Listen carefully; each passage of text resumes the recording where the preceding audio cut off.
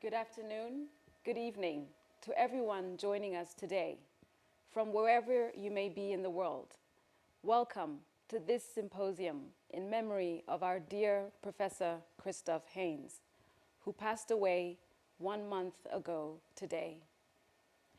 My name is Abigail Nuku. I am the regional representative for Southern Africa at the Office of the High Commissioner for Human Rights, and I will be your co-moderator today. And I'm Elsa Biskuman, Dean of the Faculty of Law at the University of Pretoria, and I will also be co-moderating. We are so grateful that so many of you are able to join us for this symposium in memory of Professor Christof Heyns, hosted by the Principal and Vice-Chancellor of the University of Pretoria, Professor Tawana Kupe. I now call on Professor Kupe to do the welcome and the introduction. Professor Kupe.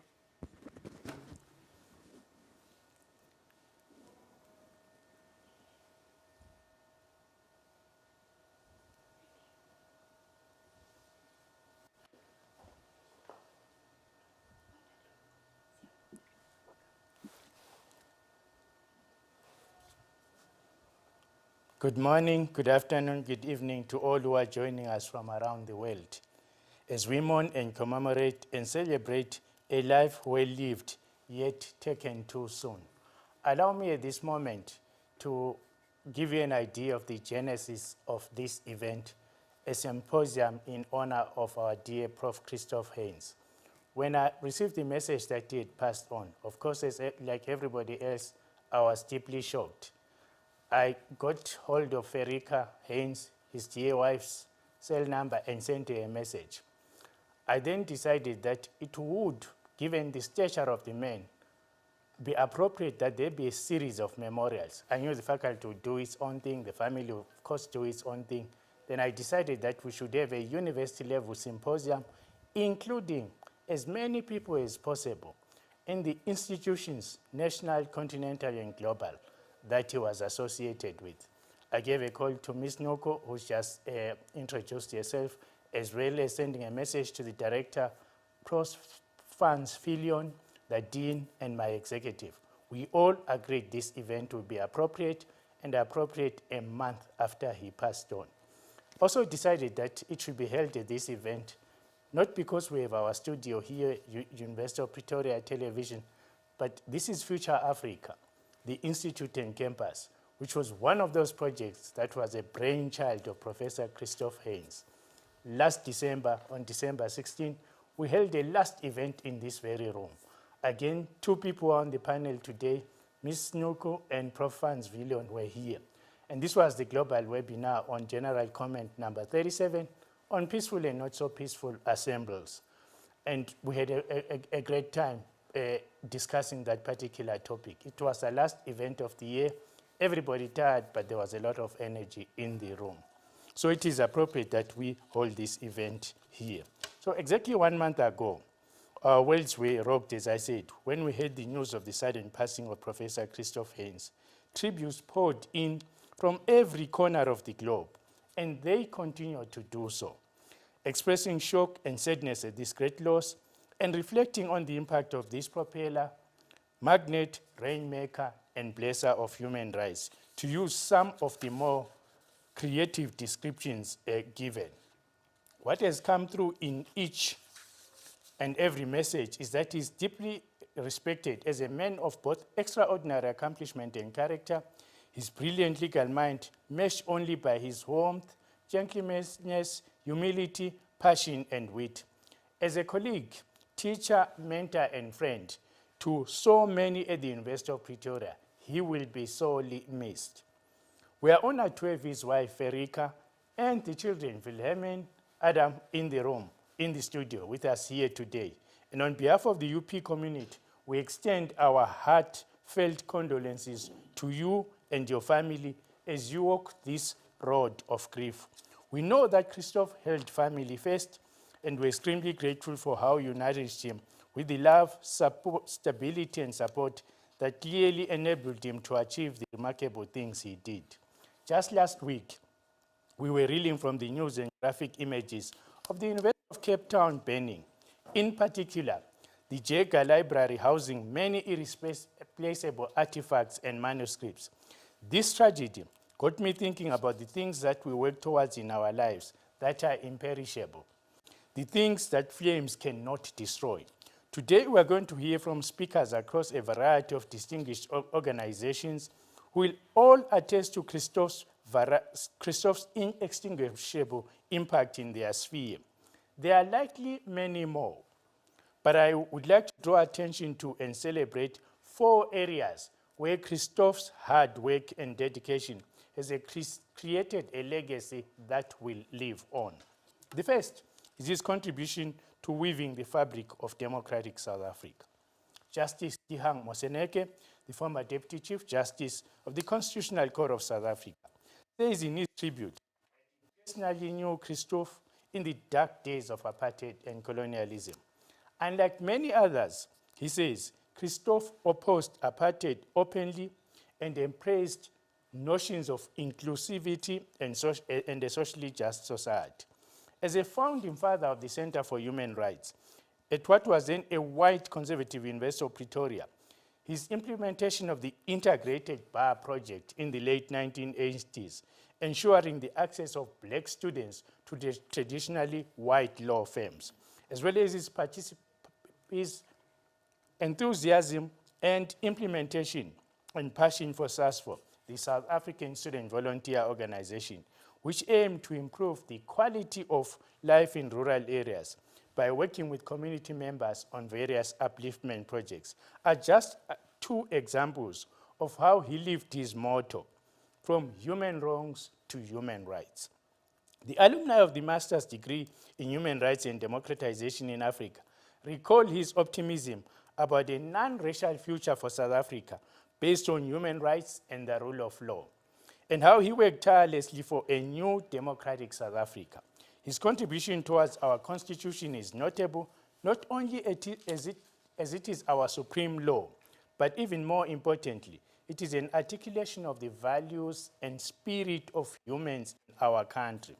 The second area where Christof lit liquefiers everywhere was his tireless efforts in educating several generations of students to become accomplished human rights lawyers.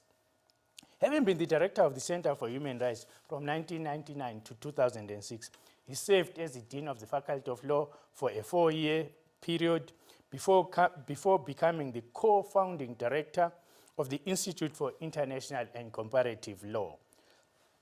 He was also an adjunct professor at the Washington College of Law of the American University, and since 2005, a visiting fellow at Kellogg College at Oxford University. His profound impact in kindling a passion for human rights is seen in the thousands of notes of appreciation from past and present students that have flowed in.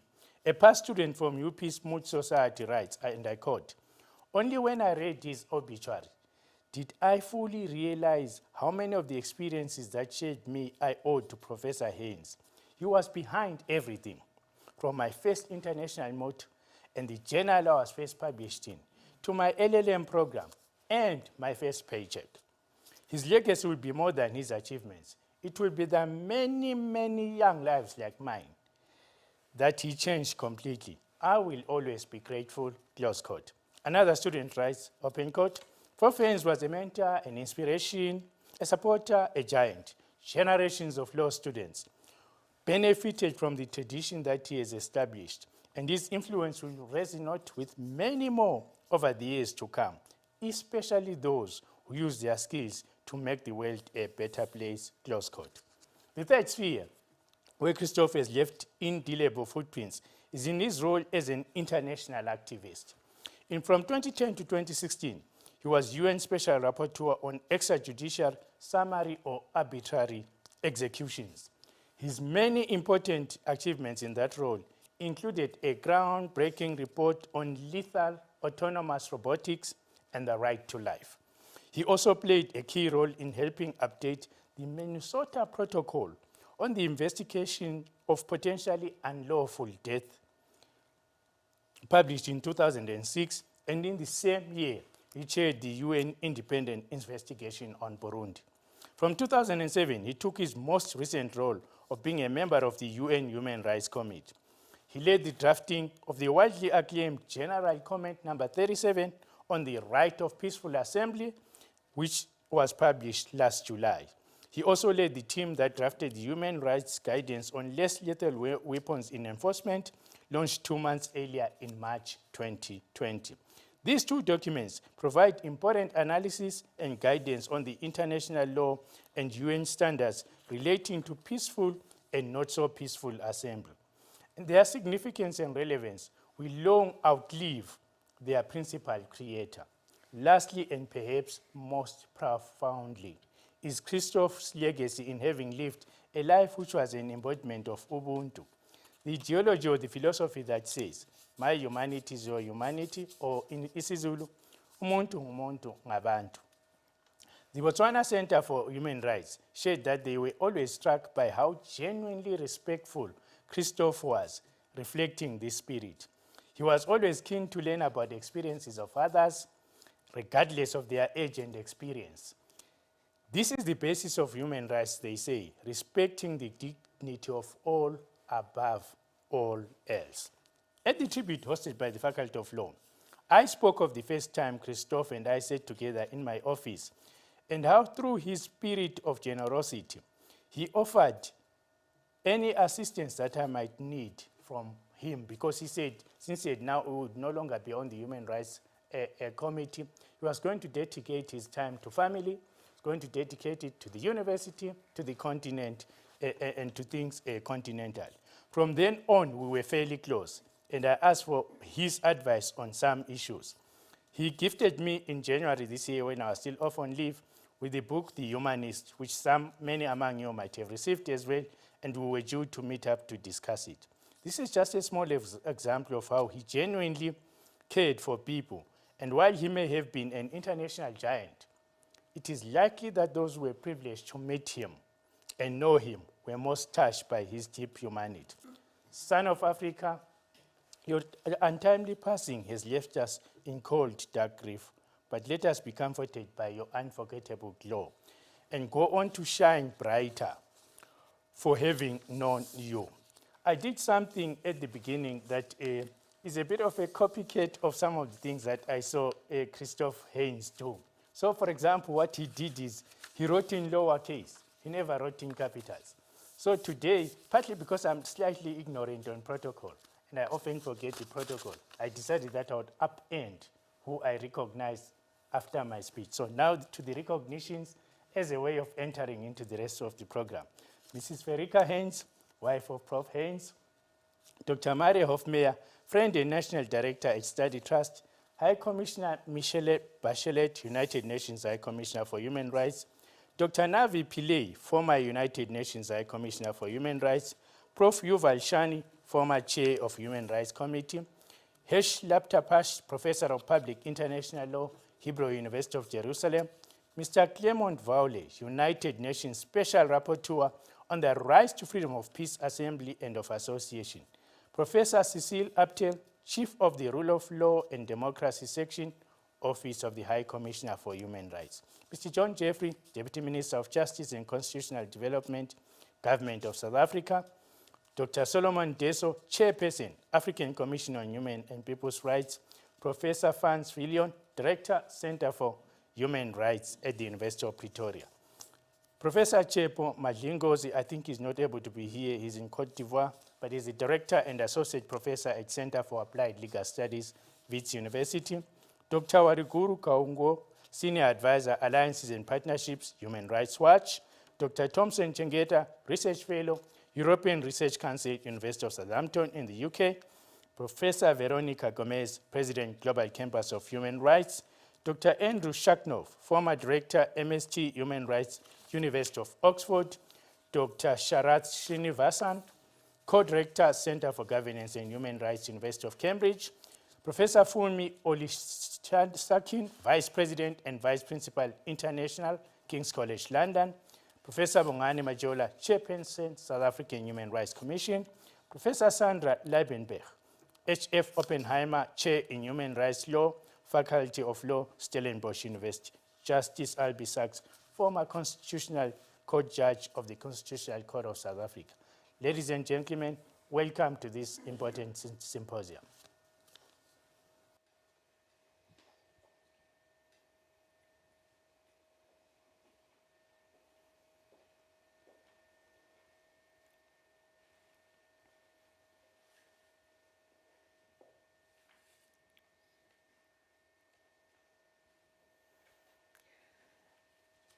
Thank you for the warm welcome and introduction, Professor Coupe. We are now going to move on to the first panel for today. And this panel consists of Mrs. Furika Heyns, Professor Heyns' wife, as well as a very dear friend, Dr. Murray Hofmeyer. Dr. Hofmeyer will be joining us on Zoom. Furika married Christof in 1985. They have 3 children, Wilhelmine, Adam, and Renee. Wilhelmine married Arne Rist, and they have a son, Isak, the grandson on whom Christof doted. Christof also left behind his mother, Renee. Murray is a lifelong friend of Christof and the family. He is the National Director at Study Trust, a non-governmental organization that administers bursaries and scholarships and provides mentoring and support to help tertiary students thrive academically and personally. He worked very closely with Christof on one of the projects for which he had a great passion, the South African Student Volunteers. Furika and Murray, our sincere condolences again on the passing of Christof. I would like to ask you a few questions, and both Furika and Murray are going to respond in turn.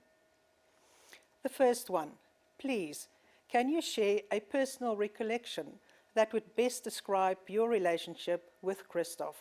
If you could start first. Furika, please. Yes, firstly, a word of thank you to the University of Pretoria and the United Nations for organizing this special tribute. Today, exactly a month ago, my husband, to whom I was married for 35 years, passed away. He was 62. It was too soon. It still seems unreal to me, but I've since been overwhelmed by an outpour of love and grief from all over the world. Yes, to think back, I grew up in a home filled with engineers, practical people, but what I found very appealing in Christof then was that he looked at life from a very different perspective, not always choosing the most practical way of solving a problem, but definitely the most inventive. As my daughter Wilhelmine would put it, he sensitized her to all the gray areas in life, whether it was in an everyday conversation or in situations of conflict. He knew how to tackle a subject or a problem from various angles. He always offered refreshing insights and came up with new solutions. My youngest daughter Renee would say, he taught me to make a plan when necessary. And Adam added, he says there was always a sense of occasion when Christof was around. No conversation felt arbitrary. His sense of humor mostly leaned to the absurd, and even within the absurd there was meaning too, even if the meaning was just to laugh together. Most people who've crossed paths with Christof remember their first meeting or meetings thereafter. And we as a family have been inundated with emails and WhatsApps telling us stories of how they met him and of the special encounters they had with him. To me, the children and the whole family, all these messages are now very important, and they will serve as firewood to keep us warm during the months and years to come. So yeah, please keep on sending them. Thank you very much for that, Furika. I now turn to Murray Hofmeyer. If you could please respond as well. Murray? Yes, thank you, Elsabe, and thanks for inviting me to this occasion, sad as it is, but at the same time, also quite heartwarming. We had a short discussion of everyone who's joining via Zoom before the time, and we all just immediately started talking about the immense impact Christof had on us in a very quirky and typical Christof way. So he was a magician. With him, there was no such thing as boring. He would just transform the mundane into adventures. He was also extremely loyal to his friends. He was a connecting force. He would bring people together. And He made friends with his co-workers. So we, the close circle of friends, would hear about many people all over the world, and they became household names in our discussions. Life with him was mostly fun, but I can tell you, all of us will be able to relate an occasion when he just stood by us when the going got tough. One of the personal recollections that I have is when I went through a particularly difficult time, and he just said, we must go on an adventure. He organized a trip, a rafting trip on an in-flood river, and just to experience life and all the joy that can be had doing amazing things together. And the fact that we almost drowned just after that made us more determined to make the most of the available time given to us. Thank you, Murray. I would like to move on to the next question, if I may. We know Christof is remembered today for his contribution to the global human rights cause. What would you say was a personal characteristic or personality trait that he brought with him into the various projects and initiatives he was engaged with? If I can turn to you first again, Furika, please. Yeah, the words that come to mind, I would say adventure, positivity, and innovation. Adventure, because he explained to the children when they were young, an adventure can turn out good or bad, but you have to take it on, you have to try it and see how it turns out. And that's the nature of an adventure. So we also started our married life that way, preparing to go to the USA for Christof to do a master's degree at Yale University back in 1986. Our resources were extremely limited, and it was very tough at times, but his positivity and problem-solving skills helped keep us going. I mean, he would say, I'm not going to bribe you with expensive gifts. We must rather use the little money we have and go on an exciting trip or do and see something of the world. And I soon started to agree with him on that one. So Adam says, I just want to quote him, my dad was radically optimistic, and he would go out of his way to understand you. He would give you the benefit of the doubt. He would rather highlight your strengths than focus on your flaws. He could really put himself in other people's shoes and find common ground. And that's why I think so many people from around the world needed my dad. Well, from my perspective, I soon realized that I had to let Christof go to be able to keep him. He had to experience the world on a wider scale, and he could not wait for 3 children to grow up first. We had to just come along. So we went to live in Germany at some point with 2 toddlers and a 6-year-old, which was really impractical, but we just had to do it.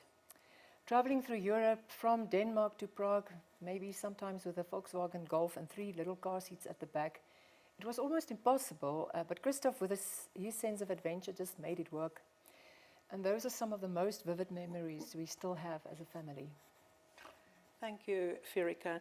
Those are really very precious memories of Christof and the way that you lived your life as a family, especially during those early years. Thank you. I now turn to Murray for his response to this question. Please, Murray. Yeah, so they say a magician is someone who channels his power for the good of all. Christof early on gave his heart to human rights, and specifically to this cause of the right to life that we all have. He was a person possessed. You could say that his struggle theory of human rights is at the same time an energy theory. His enthusiasm and conviction was contagious. He also had an acute sense of the power of ritual and tradition. And this is kind of a contradiction because he was a rebel from the outset. He was a true rebel, and yet he understood the importance of institutions. So he infused the old institutions that he had to deal with the power of his personality, and obviously also created quite a number of new ones, and created rituals. Even in the circle of friends, we still toast in a particular way because that's the way Christof would always say, you know, when we lift a glass. His style of engagement was to invite to entice. If love is to see someone in the best possible light, then we can say Christof was a lover. And people sense that. We were more when he was around, not less. Thank you, Murray. We've now heard on several occasions how Christof was able to bring out the best in people. And those are also very, very precious memories for you, having worked with Christof on some of his projects. Thank you very much.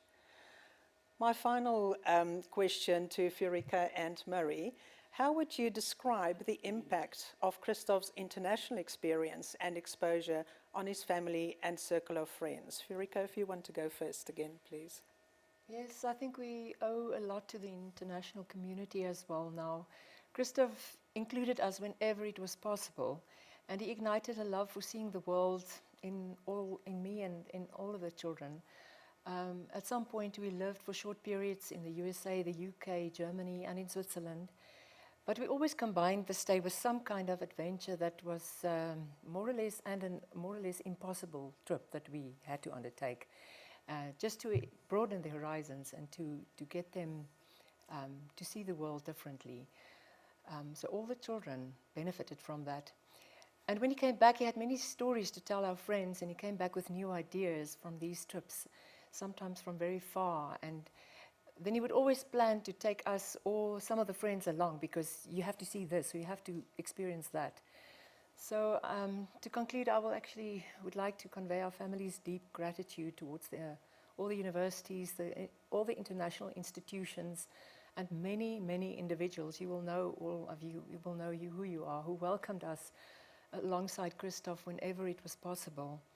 Thank you for letting us be part of Christof's global human rights cause in some or other way.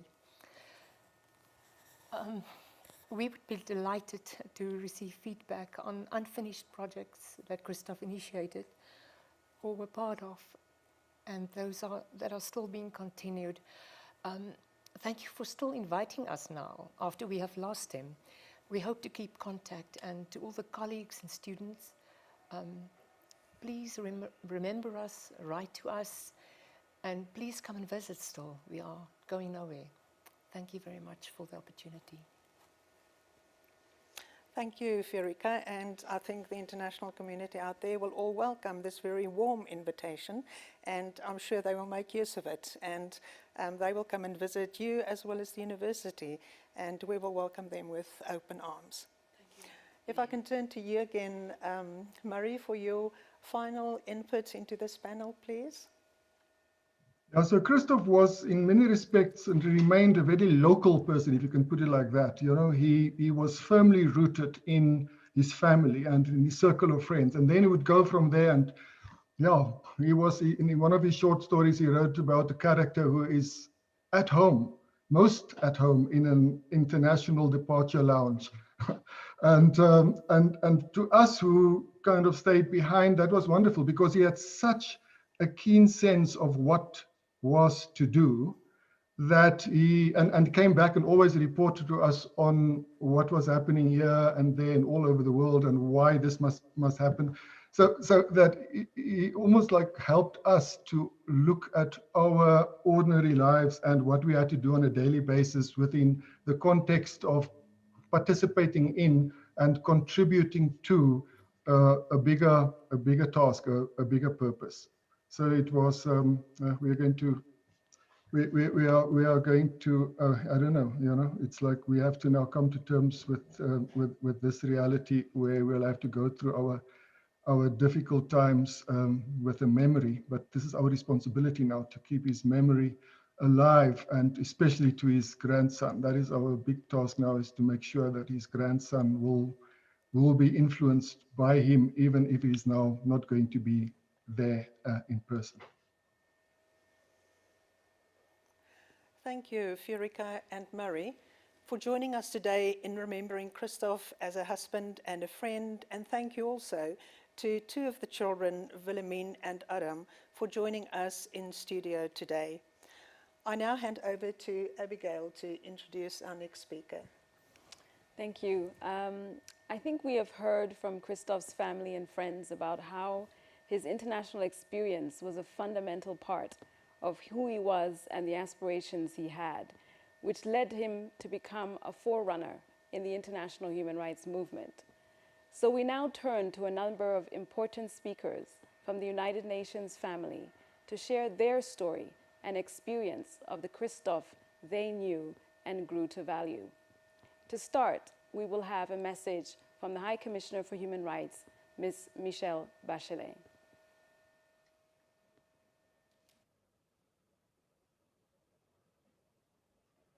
I and my colleagues at the UN Human Rights Office are with you in spirit today. We mourn the sudden loss of Christof Heyns 1 month ago. We are grateful to the University of Pretoria and the Vice Chancellor for hosting this memorial event.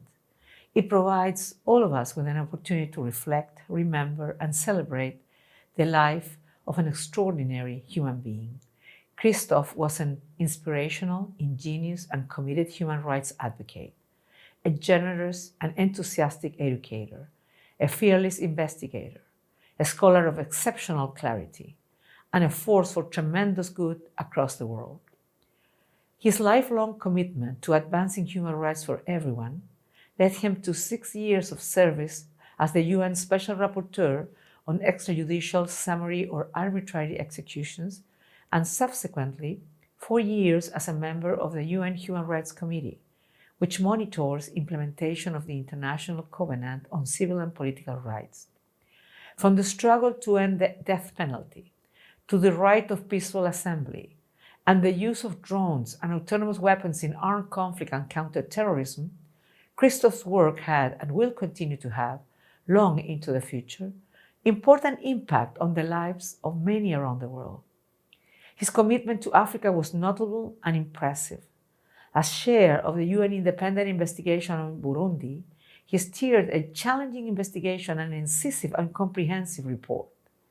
As a member of the African Commission on Human and People's Rights Working Group on Death Penalty, Extrajudicial, Summary, or Arbitrary Killings and Enforced Disappearances in Africa, he spurred discussions on excessive use of force by police across the continent.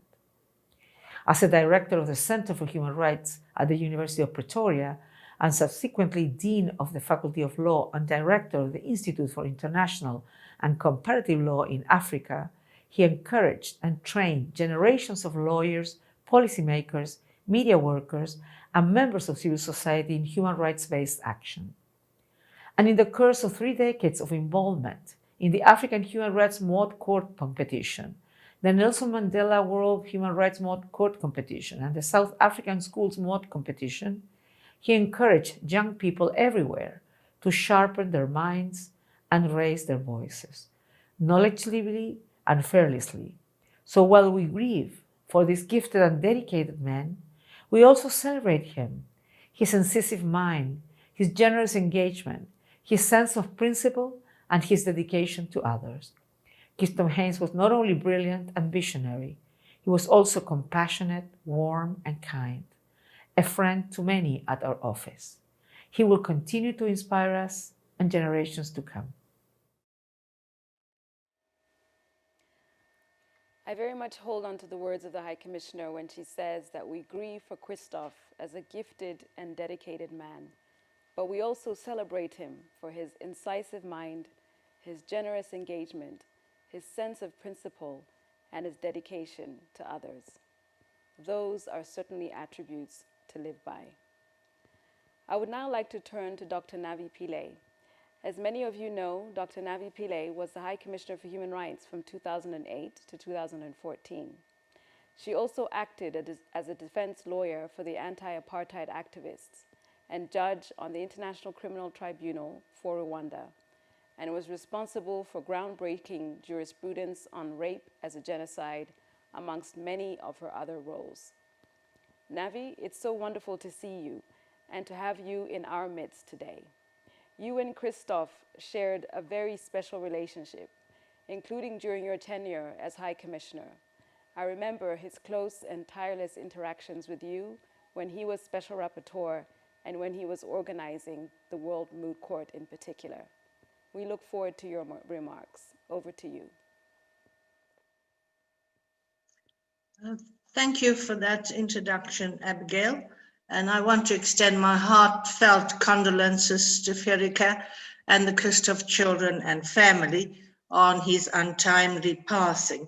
It's a privilege to speak about Christof at this symposium and to pay tribute to his enormous contributions towards the protection and promotion of human rights all over the world. The words that best describe his legacy are that he was heroic, and his death is a loss to the world. I'm afraid that these words, heroic and loss to the world, have lost some of their luster because of their loose and inappropriate use at many of our state-funded funerals. But Christof truly earned them by right because he has made a global contribution and will always receive global recognition for his work. I have known and worked with Christof for more than 2 decades in respect of activities at the University of Pretoria, both with Christof and Professor Frans Viljoen. I was associated with their Center for Human Rights. I think Christof made me one of the patrons in the early days. The master's degree program in human rights, the first of its kind in Africa. And when I was a high commissioner, wherever I traveled in Africa, I met Christof's master's graduates holding top positions in many of the international institutions. So that was a great service that the university via Christof have done for African graduates. And then, of course, the Nelson Mandela World Human Rights Moot Court. We discussed this. He really wanted to have this name, Nelson Mandela, and I said to him, no, that's not going to happen. There are too many universities with too many institutions, but Christof made it happen. He was so sure that he was getting this endorsement. So this competition is really a success story. The first time the moot court competition was held outside South Africa was in the courtrooms at ICTR, where I was a judge. You know, it's so difficult to get around UN rules and to be able to use their premises, but I don't know how Christof managed to do that. The moot court competitions are now an international success, and I think he held a very successful session in Geneva as well. He contacted me about starting a moot court for high school students. So all this shows us that Christof placed importance on monitoring, training, and encouraging the next generation of human rights actors, which is a huge service for the future. He was undoubtedly an exemplary human being, first and foremost, and very persuasive, as I've heard from speakers already and from his family, because how did he manage to persuade me, a busy international judge and high commissioner for human rights, to constantly engage in his efforts? So really, it's his personality and his own dedication that inspired me. He was loved and admired by all whom he encountered. This was and this is some feedback from OHCHR. This was a man of conviction, compassion, thoughtfulness, and someone who wanted to help and find solutions, even in the most difficult of circumstances. So if I can characterize him with one word, I would say caring. And this is not a word that we can take lightly, particularly in the present pandemic. It has high merit and deep meaning as it cuts across all that he did. I was High Commissioner for Human Rights in Geneva when Christof served as Special Rapporteur on extrajudicial, summary, or arbitrary executions. And I used to sit next to him as he addressed the assembly and took on questions. He never lost his cool, was always so charming. You know, the reports of all the 58 special rapporteurs, come to me, and together with feedback from the office, Christof was undoubtedly a favorite amongst all the colleagues at OHCHR with whom he worked. They were impressed, they said, by his intellect, his expertise, his work ethos, and his ability to ride over current challenges and work towards a better future. But above all, they loved him for his warmth and compassion. A colleague at OHCHR, Orest, who worked closely with Christof and became friends with Christof and Fjerika, told me of the time when he himself was coping with a loss. He said that Christof and Fjerika crossed the Jura Mountains hitchhiking to his home on the outskirts of a mountain village in France.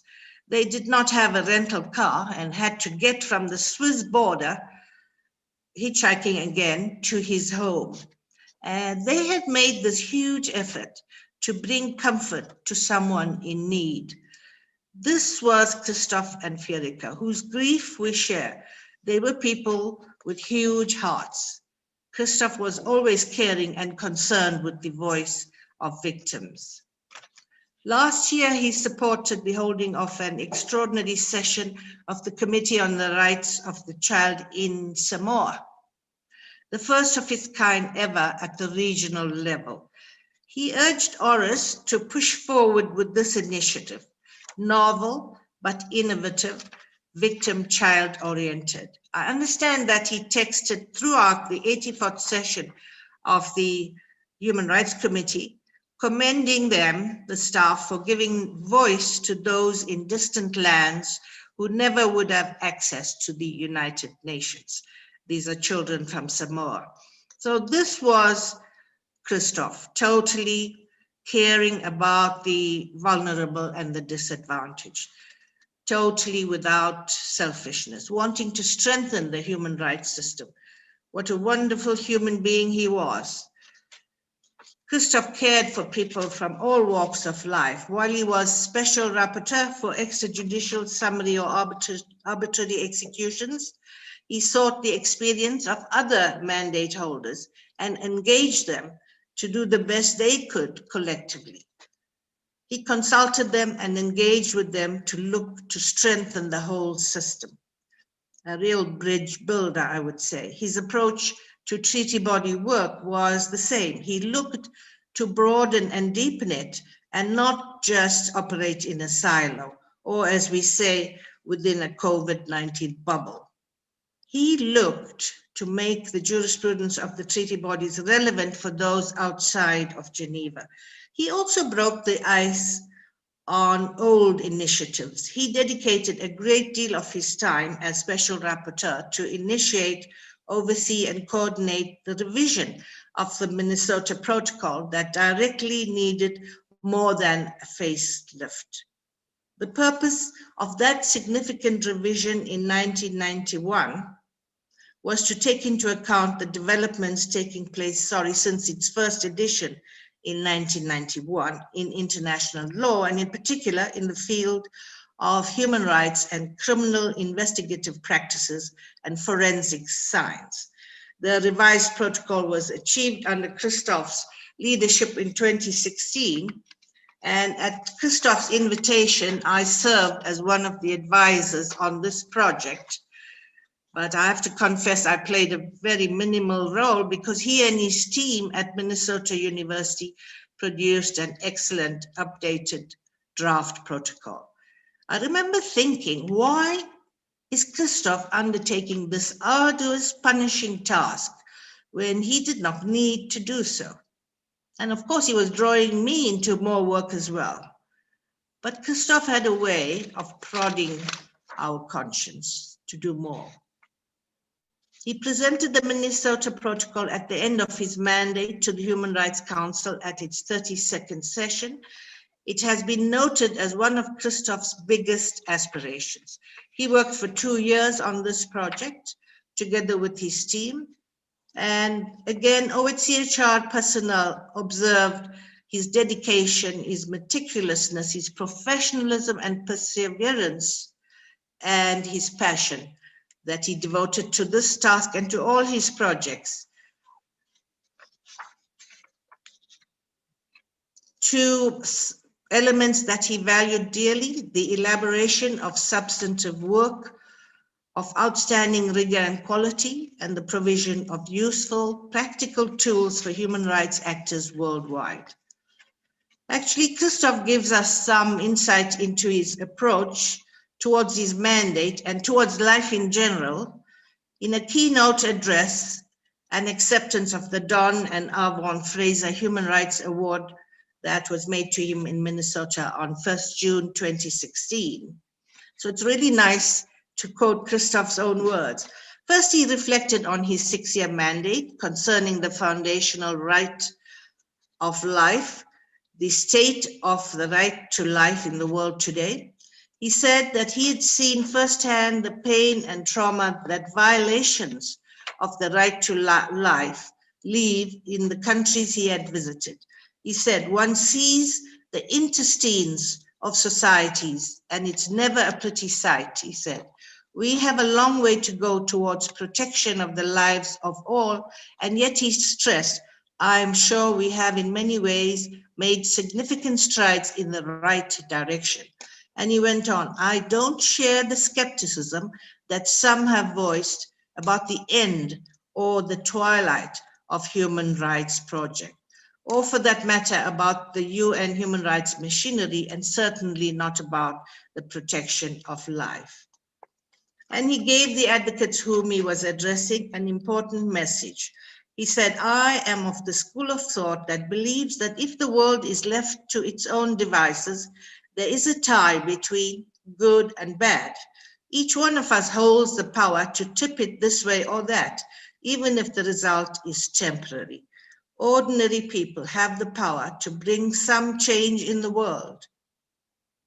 The message I take away with me, he said, is the one of agency, of being able to fight back when the values of decency are challenged. So that's his own expression, and it characterizes him truly. He worked on a book that consolidated all the jurisprudence created by Philip Alston, who was the mandate holder before Christof. And this book provides a detailed overview of the law and policy related to unlawful killings and the right to life. So this is going to be of huge benefit for us. Lots of hard work, but there you are. He left us this great book. And of course, he reached out to me to provide an endorsement for the book. And this is what I said: as UN High Commissioner for Human Rights during part of the time when Alston and Heyns were successively the Special Rapporteur on extrajudicial killings, I saw firsthand the contributions they both made. In addition to being first-rate lawyers, they are both innovative and willing to engage with some of the most intractable problems of our time. There is almost no aspect of the right to life that they did not take forward. As special rapporteurs, they seamlessly complemented each other to bring our understanding of the right to life into the 21st century. This book chronicles that contribution.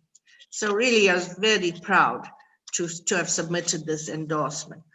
And I must say that the whole area of autonomous robotics was new and foreign to me until Christof's brilliant exposition of the risks to the right to life from the use of autonomous weapons, armed drones, and remote-controlled distant executions.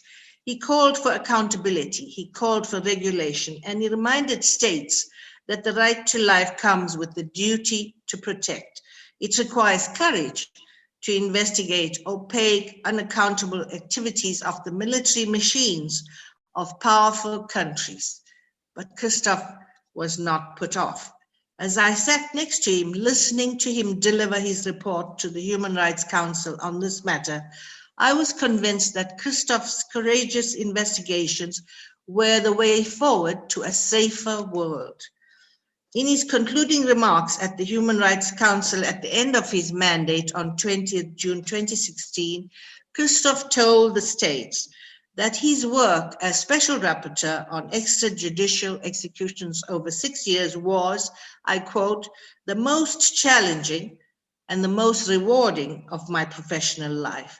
He called for the continuation of the mandate with aspects of the right to life that had been fleshed out by him and other special rapporteurs.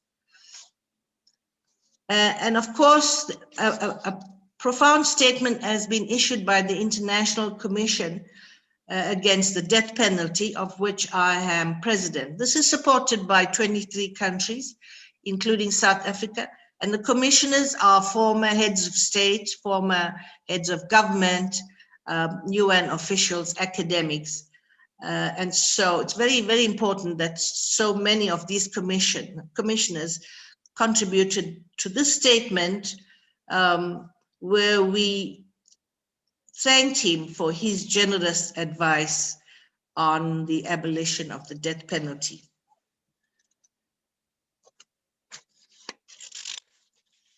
Christof cared for all, young and old, me and many of you. When he came to Geneva, he would seek out his students of years gone by. He was a builder in a world where negativity seems to have taken the lead. He was never defeatist. Indeed, we need to keep his vision of openness and kindness. A former staff member of his said he seemed to have planted seeds in the whole human rights community. In the messages she exchanged with him after leaving the office, he would always mention research projects and other projects involving students. He strongly believed in the potential of African youth as future human rights advocates and leaders. He made sure that his human rights work will continue long after he has left us. Thank you, Abigail. Thank you so much, Dr. Pillay, for sharing such a personal tribute beyond the realm of his professional attributes. As you say, Christof was caring, he prodded our conscience, he was heroic, and he is an incredible loss to the entire world. It is now my pleasure to introduce a group of distinguished guests from or affiliated to the United Nations to have a conversation with us on their experience with Professor Heyns. In this circle of conversation, we have Professor Yuval Shani, who is a professor of public international law at the Hebrew University of Jerusalem and the former chair of the United Nations Human Rights Committee.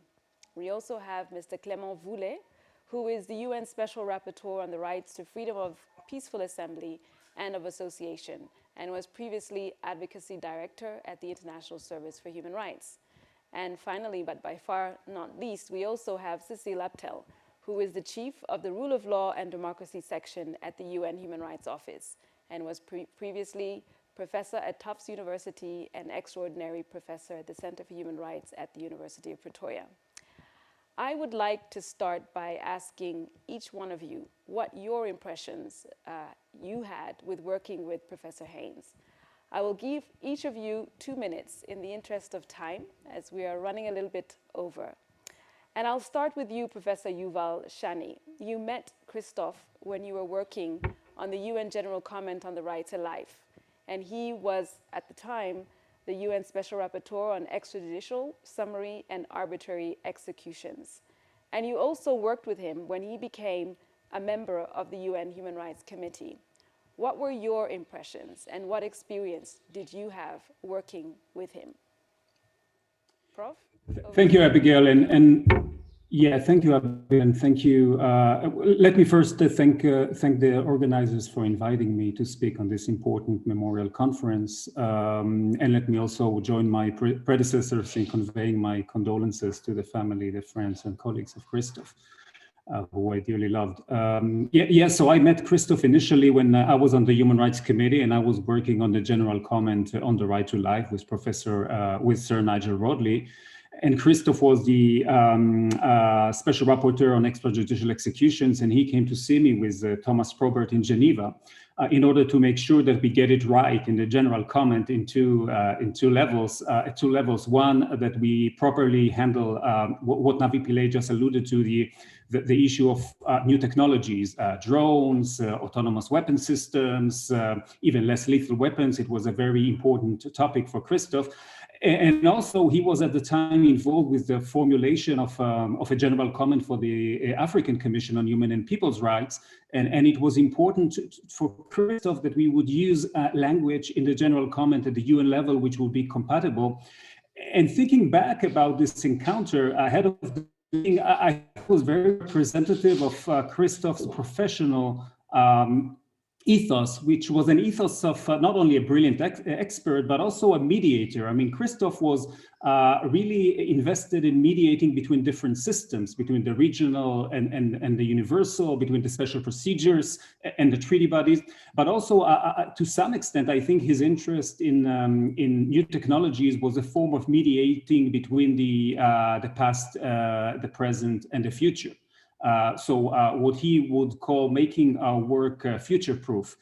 And I think that he was so successful in doing this, and this is the impression I got from him, because he was able to convey his positions not only with incredible professionalism, but also in a non-assuming and non-threatening manner. So when working with Christof also on the committee, it was never about turf wars or egos. He was firm about his convictions, but he was able to express them in ways which were short, not long-winded, not self-aggrandizing, and also always respective of the other person's perspectives. And even when he was critical or expressed dissent, he did this without bitterness, without animosity, really with malice towards none. And he had this rare ability to convey what was important to him while maintaining a friendly demeanor and like Farkas mentioned, a wonderful sense of humor. Maybe I will just note one more aspect, and that is that when Christof joined me on the Human Rights Committee in January 2017, I mean, we worked 4 years together on the committee, and that was a sheer pleasure on a number of levels. But as someone who was at that time the chair of the committee and vice chair of the committee, I mean, having someone like Christof on board was extremely fortunate, because, you know, the committee is a collective body, and Christof enjoyed very much this aspect of collegiality. But it's a collective body where some members assume by the natural order of things more responsibility than others. And for us, we knew that we could always turn to Christof and ask him to do things for the committee. First, because we knew that he would deliver excellent products for the committee that would be widely accepted and admired by everyone. But we also knew that he would always say yes. So he was really a team player to the core. So maybe I'll stop here and I'll return later with some more anecdotes. Thank you. Thank you so much, Professor Shani. I'd like to turn to you now, Clément. You knew him when you were a human rights activist, and Christof was working on the Addis Ababa roadmap to strengthen collaboration between the United Nations and the African Commission's special procedures. And more recently, you also worked with him closely on the general comment on the right of peaceful assembly.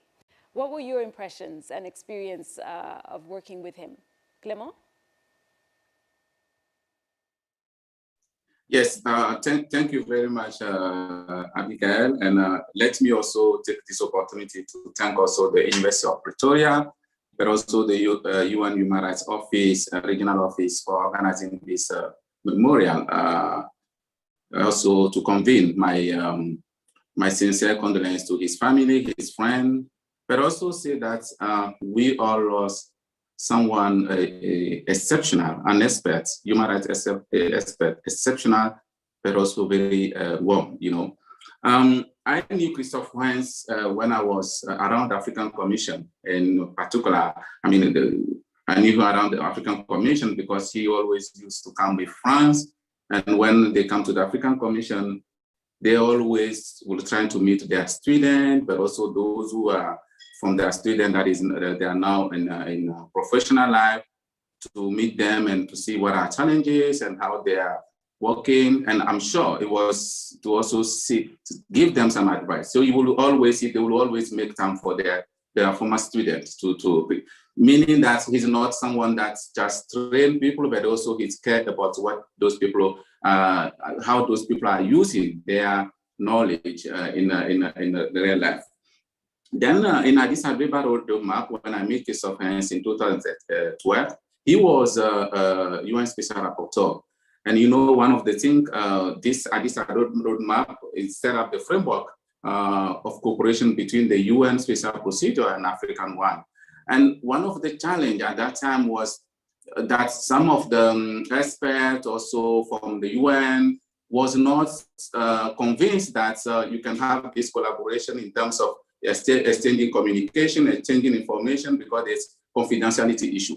And we, civil society, were pushing for this, and Christof Heyns will always, as a rapporteur, try also to listen to us, to come to us and ask us, what are your concerns, how, and he was very instrumental in the way that this roadmap recognized also the role of civil society in this. And also, another thing that when I became rapporteur, I knew Christof Heyns also through this general comment that you mentioned. And as you know, at the beginning, one of the issues that we have on table was the protection of the freedom of association in online space. And at the beginning, Christof Heyns was not convinced, but he will always give me opportunity to convince him. He will always invite me in the committee meeting in Varsovia, in Lyon, but also give me this opportunity to explain, this opportunity also to convince. And I think this is one of the aspects. He's not married. He wasn't married, or he died. He put it that in clear and tell me, Clement, you need to bring more arguments on this. And you need to convince more the committee member. You need to convince me more. And you know, I remember we went to one of his famous restaurants in Geneva here, Esmeralda. And we discussed that, and he said, yes, I see your points. Let's also have another meeting with the committee, come and explain. And I really appreciate that. And I want also to emphasize that he kind of really brought a lot for this mandate on Peaceful Assembly and Association. As you remember, with my former colleague, he worked also to really have this report that laid down the management of the Peaceful Assembly, some of the guidance. And you can see how he was passionate about this issue, but also how he was also open to collect view, to have to kind of ensure that everybody, that the end of outcome will also be agreed by everyone. And I want also to reiterate that, and because I think it's quite important. And he was also, just to end there, he was also, as you know, after the Addis Ababa roadmap, he was also the focal point of the UN. And he will always, when he comes to African Commission, ensure that any panel that the Commission or UN will organize on the implementation will include civil society. And you can see his personality. You can see also how he was so convinced that the cooperation between the regional system and the international system is also a way to protect effectively human rights on the continent. And I want also to really mention that and say that Christof Heyns was really an exceptional expert, and the expert that believed on you and me, because he was convinced that we can individually make impact, but also collectively. I will stop there and then come back after. Thank you so much, Clement, for those inputs as well. And now I'd like to turn to you, Cécile.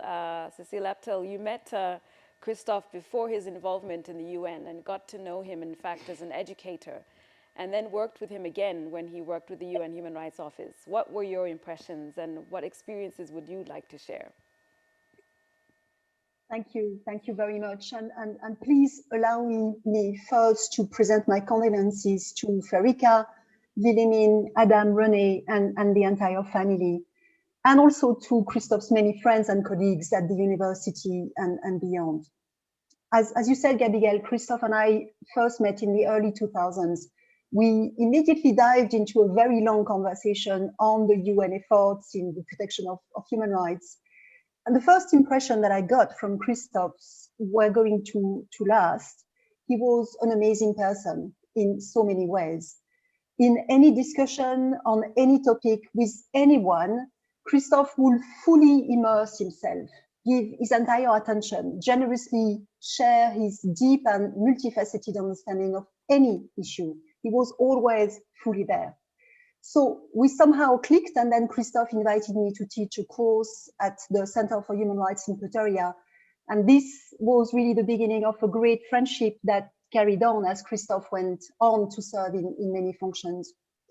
Whether in Harvard in the early 2000s or at the UN Human Rights Office throughout the last 10 years or so, I have always been completely amazed at how Christof managed to excel in anything that he did. So his legacy is so large and profound that it is impossible to do justice to all of what he has achieved in just a few words. But maybe one of the most significant thing for me was that Christof did not only touch people, he moved people. He moved people into thinking, into questioning, and into action. He moved generation of students to study law, to understand laws, but also to use laws in ways to change things, to build a fairer and a more just world.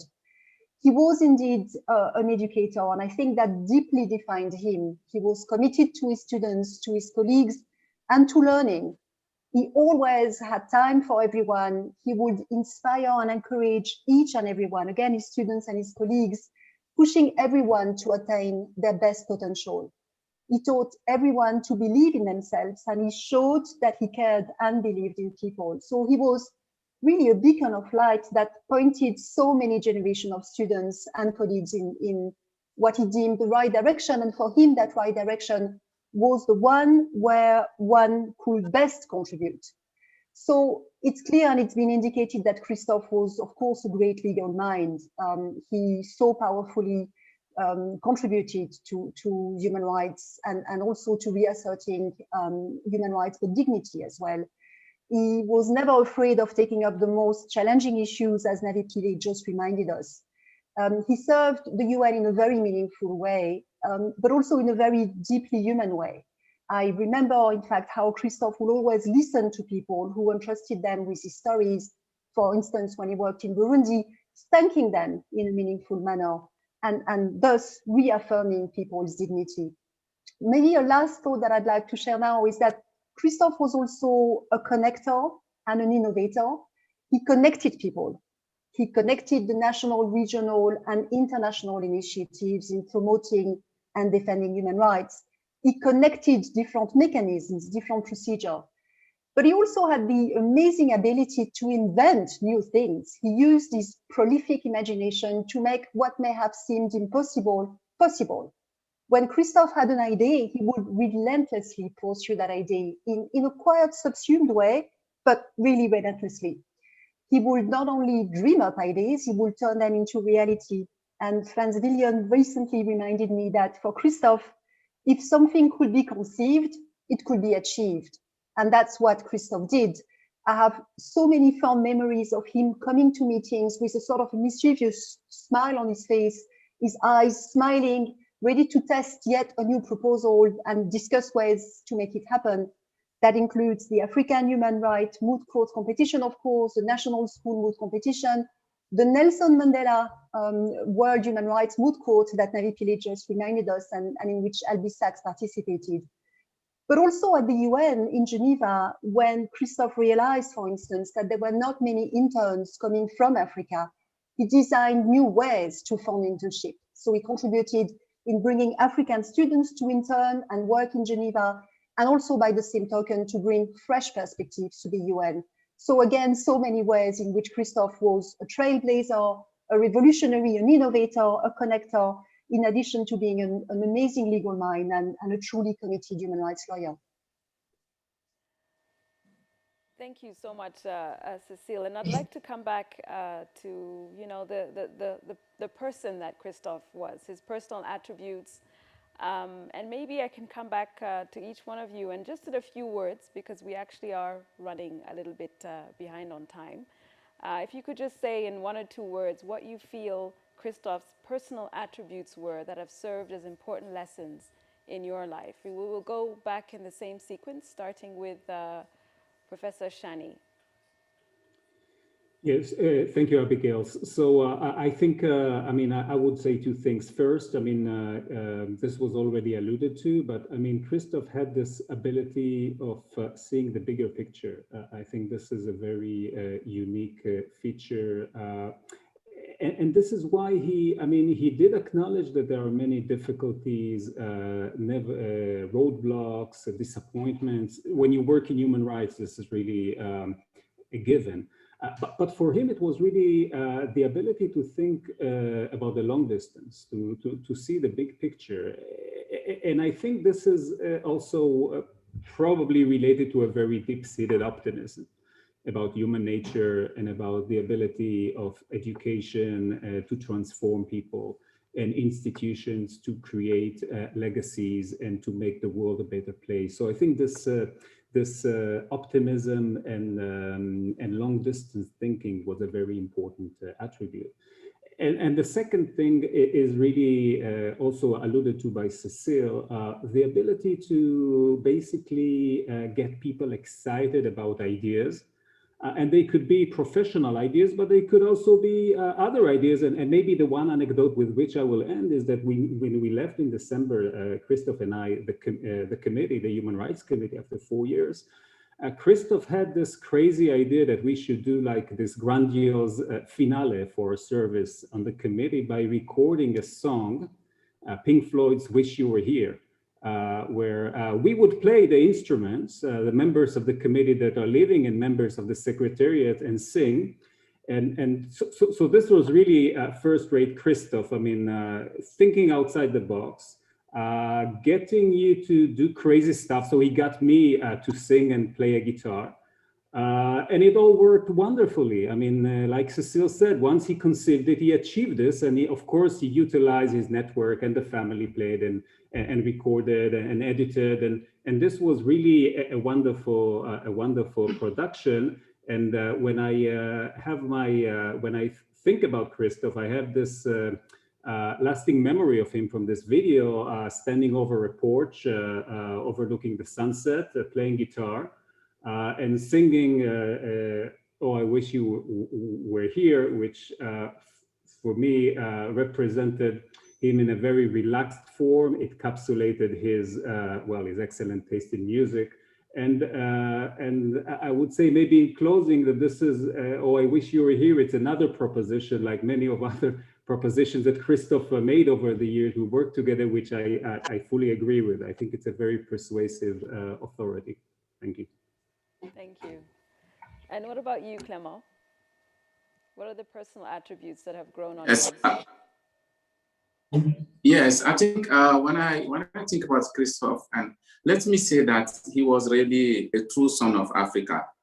Why I'm saying that? I remember when we had this experience on general comments, and after he told me, listen, Clément, I'm not going to run anymore to be the committee member, and I said, no. We still have a lot to do. We just spoke about follow-up recommendation, what we can do, some of the activity. And he told me exactly, I want also to be back and I have some projects to really impact human rights in Africa, and I would like you to continue. So, you know, he wasn't stick on, he has this possibility to be an expert at the international level, but he will always think about the continent, And he will always tell me, what can we do? Do you know what we can do at African Commission? Even recently on the webinar, we had this in COVID time. We have to have this side event on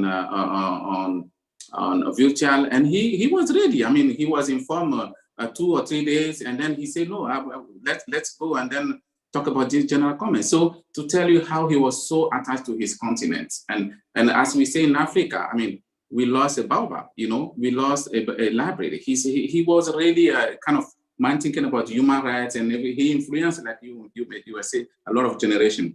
But also one other aspect that I was so touched is his collegiality. You know, he will, even when he disagrees with you, he will always give you the opportunity to convince him. And I have to say that during the general comment, I have quite a lot of meetings with the committee, but also separately with him. And at some point, I thought that at our first meeting, maybe he wouldn't invite me anymore. But he will call me and say, Clément, can we discuss this again? Can we come up this again? And I remember at the Blion, he was telling me after our meeting, he recognized me and said that, thank you, Clement, for your important inputs on this process, in particular on digital era and the protection of this right on the digital. And then after that, he was telling me, Clement, you were right, because we can see that COVID also give you, is a testimony of what you were pushing. And I told me, Christof, thank you also for giving me the opportunity to always come and explain the committee. You see, he was always this person that will also recognize, will accept the ideas and try also to help on how they can frame them. And I think for me today, one thing that I want also to end that is that we have responsibility today to not deceive Christof Heyns. He has quite a lot of idea, and he believes on our individual impact, but also all of us coming together, how we can impact. And in particular, the regional body, he always advocates. I have many meetings, many conferences, he will always talk about the regional system. And I think today that we have to really ensure that some of the projects that he's undertaking, I had quite a lot of discussion with him in Switzerland and how some projects that we have in mind. But I think we have responsibility today to continue those projects, to fight and to ensure that we, on this continent and worldwide, the right of life, the right of peaceful assembly, and all of the right that Christof was convinced are protected. And I want also to reiterate also my commitment to really continue. You know, today I'm sitting as a focal point within the implementation of this area roadmap, and I always see how Christof Heyns was doing things, how he was so collaborative and everything. And yesterday, before even I came here, I went to the restaurant that I used to go with him, Esmeralda, and I was thinking about all of our discussion, and I can't believe that it's beyond our own force, and we have to accept that. But also we need also to pay him this tribute by continuing his many legacy. For young people, Christof Heyns was a giant. He was really someone that impacted their life, and we have also responsibility to continue to support them. And I know, France, you are there, but I want also personally to present you my condolences. I know how you and Christof Heyns work together and how you were also very friendly with me around the commission and all. So thank you very much, and also my condolences to the family again. Thank you, Clement. And Cécile, I'd like to turn to you now in a few words. What are Christof's attributes that serve as lessons in your life? I think that Christof was amazing in never doing anything half-heartedly. Whatever he did fully. He immersed himself completely to whatever project he was working on or whatever he was doing. I also think that Christof was very deeply rooted, and that gave him the strength to really go beyond. So he was very much a family man, rooted in his family. Farika, Wilhelmine, Adam, René, you really gave him the solid basis upon which he could then explore the world. Whenever he was away, he would constantly speak about you. He would carry you all in his heart and keep speaking about you, about the last song being recorded, about the next family adventure. But that also gave him the strength to then contribute so meaningfully. I have so many wonderful friends because, in fact, he was so rooted. He was clearly a wonderful friend, a wonderful educator and professor. His towering presence has left massive footprints on so many lives, including mine. And I know so many students, including many who are here today. Christof was also deeply rooted in Africa, as you indicated, Clement, and that gives him the strength then to be extremely universal in his reach, including all of his work in the UN. He was concerned by the suffering of each and every person, and that probably was also what rooted then his extraordinary journey towards human rights and dignity everywhere and for everyone. Thank you so much, Cécile, and I'd like to really thank all the panel speakers who have just spoken from the United Nations family. I would like to actually present this commemorative book to the family, the Heyns family, as a gesture really of our solidarity as they mourn this incredible loss, but also in celebration of Christof Heyns' extraordinary life and meaningful life. It features messages from staff of the United Nations, experts of the UN Special Procedures and the human rights mechanisms. There is a book for you, Ferika, and all of his children so that you may have everlasting memories of how treasured he was to all of us. I'd really like to thank all my colleagues who have contributed to this book, and in particular Gabriella, who we've been working to try to get this to you on time. So thank you, and thank you to all of you who have spoken so deeply and so movingly about Christof, and we very much hold very dear many of those memories. And I'd like to now hand it over to my co-moderator, Professor Schoeman, for the next introduction. Thank you, Abigail. It is now my privilege to welcome the Honourable Deputy Minister of Justice and Constitutional Development, Mr. John Jeffrey. Deputy Minister Jeffrey worked together with Professor Heyns on the National Schools Moot and the participation of South African learners in the International School Moot Court competition. Deputy Minister, we appreciate your presence here today and invite you to share with us your experience working with Professor Heyns. Deputy Minister, please. Thanks very much, Professor Schoeman, and good morning to everybody, to your co-director, Ms. Norco, to the members of the Heyns family. And as there are a lot of distinguished guests here, let me just say to all distinguished guests and everybody participating. I was extremely honored to receive the invitation from Professor Coupe to speak at the symposium in honor of Christof, someone of whom I have the highest regard professionally, but also someone who at a personal level I consider a friend. Christof was one of those unique and rare human beings who are just as highly respected in a professional sense, as much as being equally highly regarded for the person they are. He was a master at his craft, a pioneer and an international leader in his field, and as a person, a man of enormous integrity, warm and engaging, with no airs or graces about him, and with the biggest heart. From the early days of his career, Christof was committed to human rights and to bringing about a non-racial South Africa for all. Together with Johan van der Westhuizen, they established the Center for Human Rights at the University of Pretoria in the mid-1980s, during the very darkest days of apartheid rule. Christof was deeply committed to social justice. A former dean of the Faculty of Law, Christof went on to become the co-director of the Institute for International and Comparative Law in Africa, which under his leadership became a center of excellence for legal research and legal reform in Africa. In 2010, he was appointed as the UN Special Rapporteur on extrajudicial summary or arbitrary executions, and thereafter as one of the 18 members of the UN Human Rights Committee. As recently as last year, he played a leading role in the committee's new General Comment 37 on Article 21 of the International Covenant on Civil and Political Rights, on the right of peaceful assembly, and Christof served as the committee's rapporteur, responsible for its preparation. In a podcast from July last year with the World Justice Project, he talks about growing up in South Africa and studying here. He speaks about the state of emergency at the height of apartheid and about our history, a history which he says, and I quote, "A history I was not taught in a white school," and then also why he did his doctorate on the topic of civil disobedience.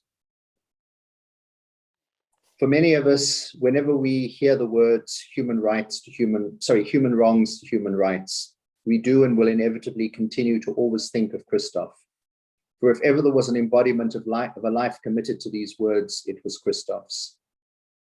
And as we celebrate his life and his unwavering contributions to human rights and the rule of law, it is an opportune time for us to all reflect on whether or not across the world, the pendulum is not perhaps moving more towards human wrongs rather than human rights.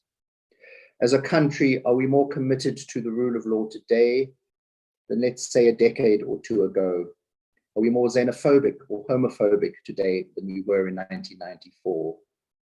In a world where the equal enjoyment of human rights for all is possible to achieve, Why are so many people across the world still being denied their most basic of rights? Is the world as committed to international human rights and the UN treaty system as it was post-World War II? And if the answer to that question is no, then how do we fix that? These are not easy questions to answer, but if we're to truly honor the legacy of legal giants such as Christof, we have to grapple with these questions and recommit ourselves daily to the fulfillment of human rights for all. I worked closely with Christof as he played a leading role in the National Schools Moot competition, something which I know was very close to his heart. He even thought that almost every problem could be solved by a moot. He was brilliant at mentoring and guiding some of our current legal academics, many of whom are here with us this morning, as well as some of the upcoming leading legal minds of tomorrow. I know that Christof liked to play the guitar, and I know that he liked the music of Valiant Swart. For our international participants, Valiant Swart is an Afrikaans singer and composer. He wrote a song, it's in Afrikaans, and it's called Sonvanner, which means sun catcher. Those small pieces of glass, which if you hang them up and they catch the smallest bit of light, are capable of reflecting the most beautiful array of colors and light. In the song, the singer asks the sun catcher to go and fetch the sun to drive away the wind and the rain. And I want to read a few lines of the song in Afrikaans, en ek vra vooraf verskoning vir my Engelse aksent. Kyk of jy vir my die son kan kry. Daar's 'n huisie in my hart waar die son kan bly. Kyk of jy vir my die son kan steel. Daar's 'n plekkie in die tuin waar die son kan speel. Bring 'n bietjie lig vir die draaie op my pad en 'n handjie vol strale vir die donker in my hart. Christof was a sun catcher, whether in the darkness of a world deprived of human rights, or to shine the light and focus our attention on the injustices around us, or just to illuminate whatever project he was working on at the time. To the Heyns family, Christof's wife, Verika, his son Adam, his two daughters, Wilhelmine and Renee, his grandson Isak, and also to his mother Renee, you are all in our thoughts. Also to his colleagues and his students, our deepest condolences go out to you all. When one loses a loved one learns that grief is not linear. Some days may be easier than others, and some days may be extremely hard. May the legacy and the memories of Christof give you comfort and peace, and may the sun catcher send you light on dark days. A great tree has fallen. May his soul rest in peace, and may his legacy live on. Thank you. Thank you so much, Deputy Minister, for joining us today in remembering and paying tribute to Professor Heyns in such a very, very special way. Thank you. I will hand back to my co-moderator, Abigail, to introduce the next speaker. Abigail. Thank you, Prof. We now move to Dr. Solomon Derso, who is the chairperson of the African Commission on Human and People's Rights.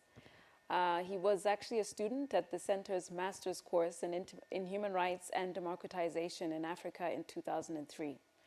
Dr. Derso will reflect on Christof's contribution to the African Commission, where he served as a member of the Commission's working group on the death penalty, extrajudicial, summary, and arbitrary killing and enforced disappearances in Africa. Dr. Derso, you have the floor.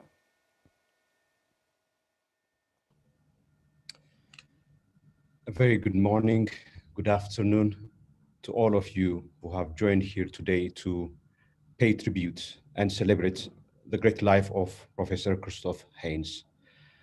First of all, I wish to thank Professor Kupe and other members of the organizing committee of this event for the kind invitation extended to me and the African Commission on Human and People's Rights.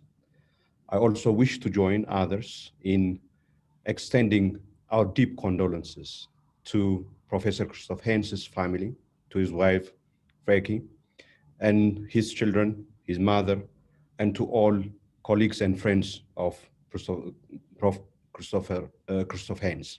And also, of course, to all the students of the Center for Human Rights, one of whom, being me, benefited tremendously from the great investment that Professor Christof Heyns put into human rights education and training, opening up incredible wide doors to so many friends and colleagues across the continent, and thereby enabling Africa to have the best legal minds in so many places in the fight for dignity, justice, humanity on the African continent and beyond.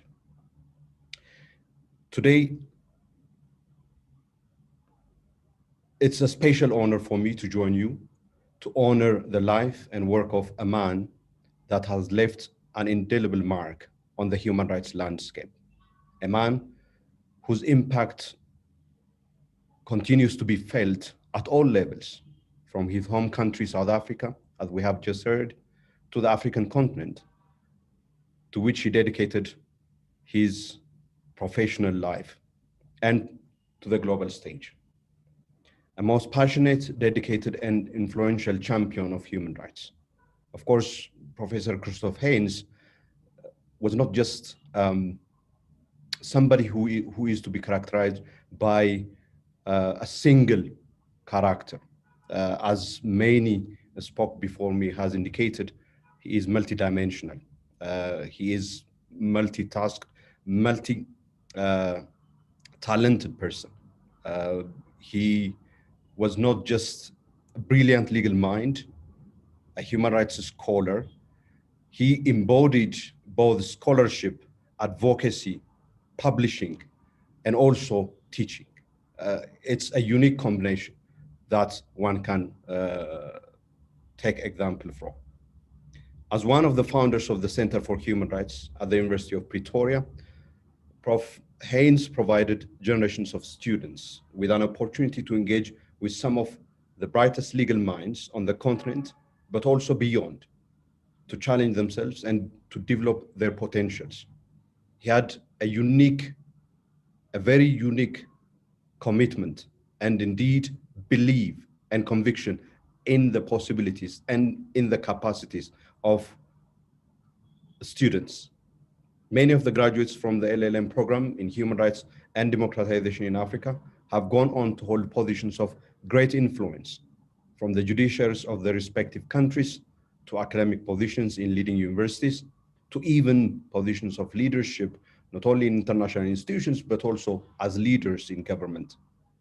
Under his stewardship as director, the Center for Human Rights truly came into its own as the Center for Academic Excellence and as an institution for advocacy and activism, both on the continent, but also receiving worldwide recognition as a truly center of excellence for human rights. As an alumnus of the LLM program myself, I can personally attest to the impact the program has had on my development as an academic and other human rights practitioner. I'm fairly certain that this is also sentiment shared by many, actually by all of the program's alumni. I distinctly remember Professor Christof Heyns. He is the first to always send a note cheering you up whenever something good happens in your life. He is the first to respond to an email whenever you request for support or assistance. Throughout his work, Professor Christof Heyns firmly believed in the complementariness between international and regional human rights mechanisms. He often sought to facilitate greater dialogue between the African human rights system and the international system. Prof. Heyns, who was at the time the UN Special Rapporteur on extrajudicial summary or arbitrary executions, was at the center of the development of the dialogues between the human rights organs and mechanisms on human rights of the African Union and the United Nations, which led to a series of dialogues between the special mandate orders of the African Commission on Human and People's Rights and their counterparts at the UN, culminating in the Addis Ababa Roadmap, which is actually the instrument on which the relationship between the African Commission and the special mandate holders of the UN system is founded. Whenever we organize and convene the organizations of the Commission, it has become now customary to have colleagues from the special mandate holders to join the Commission in convening panels in the public sessions of the Commission on issues of contemporary importance, both for Africa, but also for the world. Professor Heyns furthermore provided support to various activities of the African Commission. He was instrumental in the drafting of the African Commission's General Comment number 3 on the African Charter on Human and People's Rights on the right to life. Again, his work on the right to life was not just at the level of the UN, but also it is stretched and based here in Africa as well. The General Comment is one of the most important soft law instruments of the African Commission that continues to inspire and be used as an important source for both the jurisprudence, but also for the advocacy work of the African Commission on Human and People's Rights. Professor Heyns also worked very closely with the African Commission in his role as chairperson for the United Nations Independent Investigation on Burundi, whose comprehensive report, as noted earlier on, was published in 2016. At the time of his passing, Professor Heyns was supporting the African Commission in various projects, including to develop a normative framework on the upholding of human and people's rights in situations of emergency and disaster. And indeed, when he passed, the day he passed away, the day before he passed away, he sent us a note indicating that he would join us for the meeting that we were convening the following week on Monday. He was also an expert member of the African Commission's working group on death penalty, extrajudicial summary, arbitrary killings, and enforced disappearances. So the passing of Professor Christof Heyns is a huge loss that we personally feel at the African Commission on Human and People's Rights, as we are robbed of one of our champion and also great experts as a member of the working group. Prof. Christof Heyns contributed to the African human rights system, not only in terms of the production of excellent legal minds that end up becoming members of the African Commission, staff of the African Commission Secretariat, the African Court, but also in his publications over the years in some of the world's leading journals.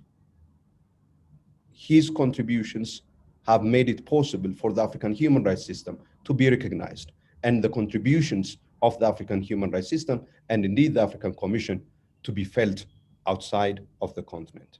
We at the African Commission salute the contributions of Prof. Heyns to our institution and express our deepest condolences and sympathy to his family, friends, and students and colleagues.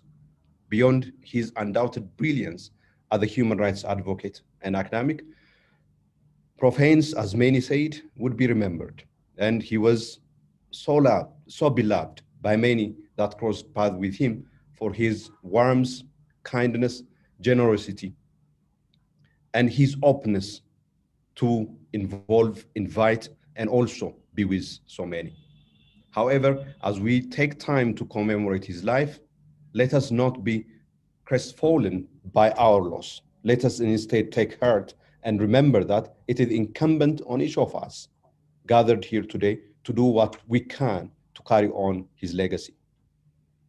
His diligence and steadfast commitment should serve as an example, a great example at that, to all of us, and inspire us to shine the torch of human rights even brighter.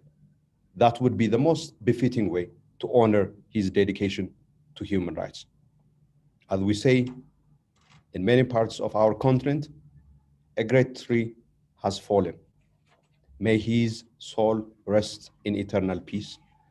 May his family find comfort from the great legacies and memories that he has left behind. I thank you all very much for your kind attention. Thank you so much, Dr. Derso. Indeed, a great tree has fallen. And we'd like to thank you also for being with us today to celebrate Christof's life. We will now watch a short video before I hand it back to my co-moderator.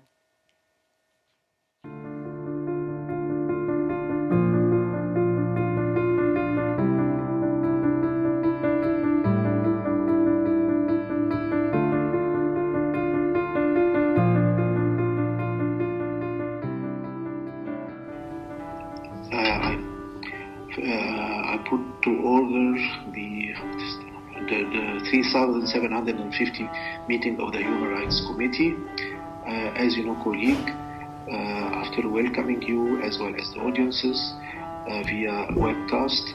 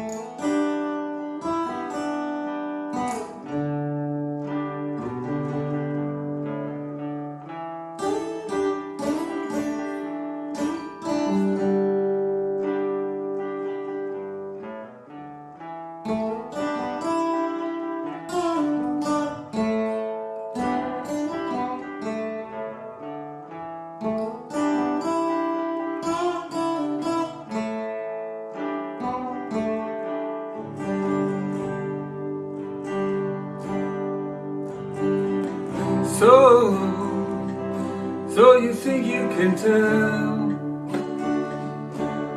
heaven from hell, blue skies from pain? Can you tell a green field from a cold steel rail, a smile from a veil? Do you think you can tell? Did they get you to trade your heroes for gold, hot ashes for trees, hot air for a cool breeze, cold comfort for change? Did you exchange walk on part in the war for a lead role in a cage?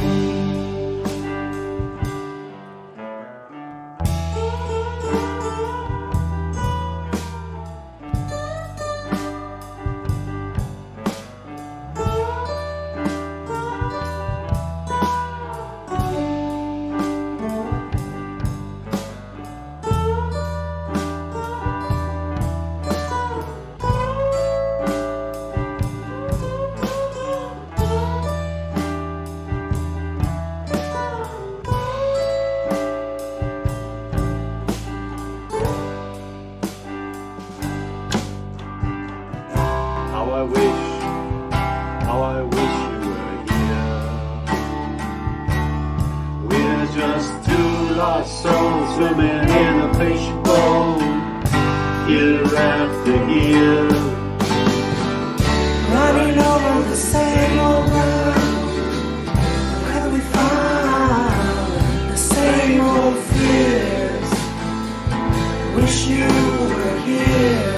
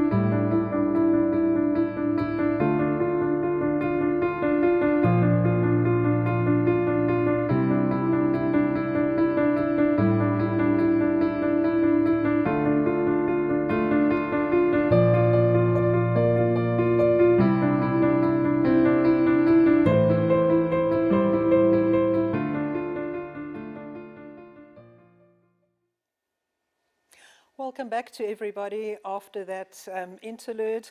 I'm sure you all enjoyed watching that video. I now welcome the following panel to join me.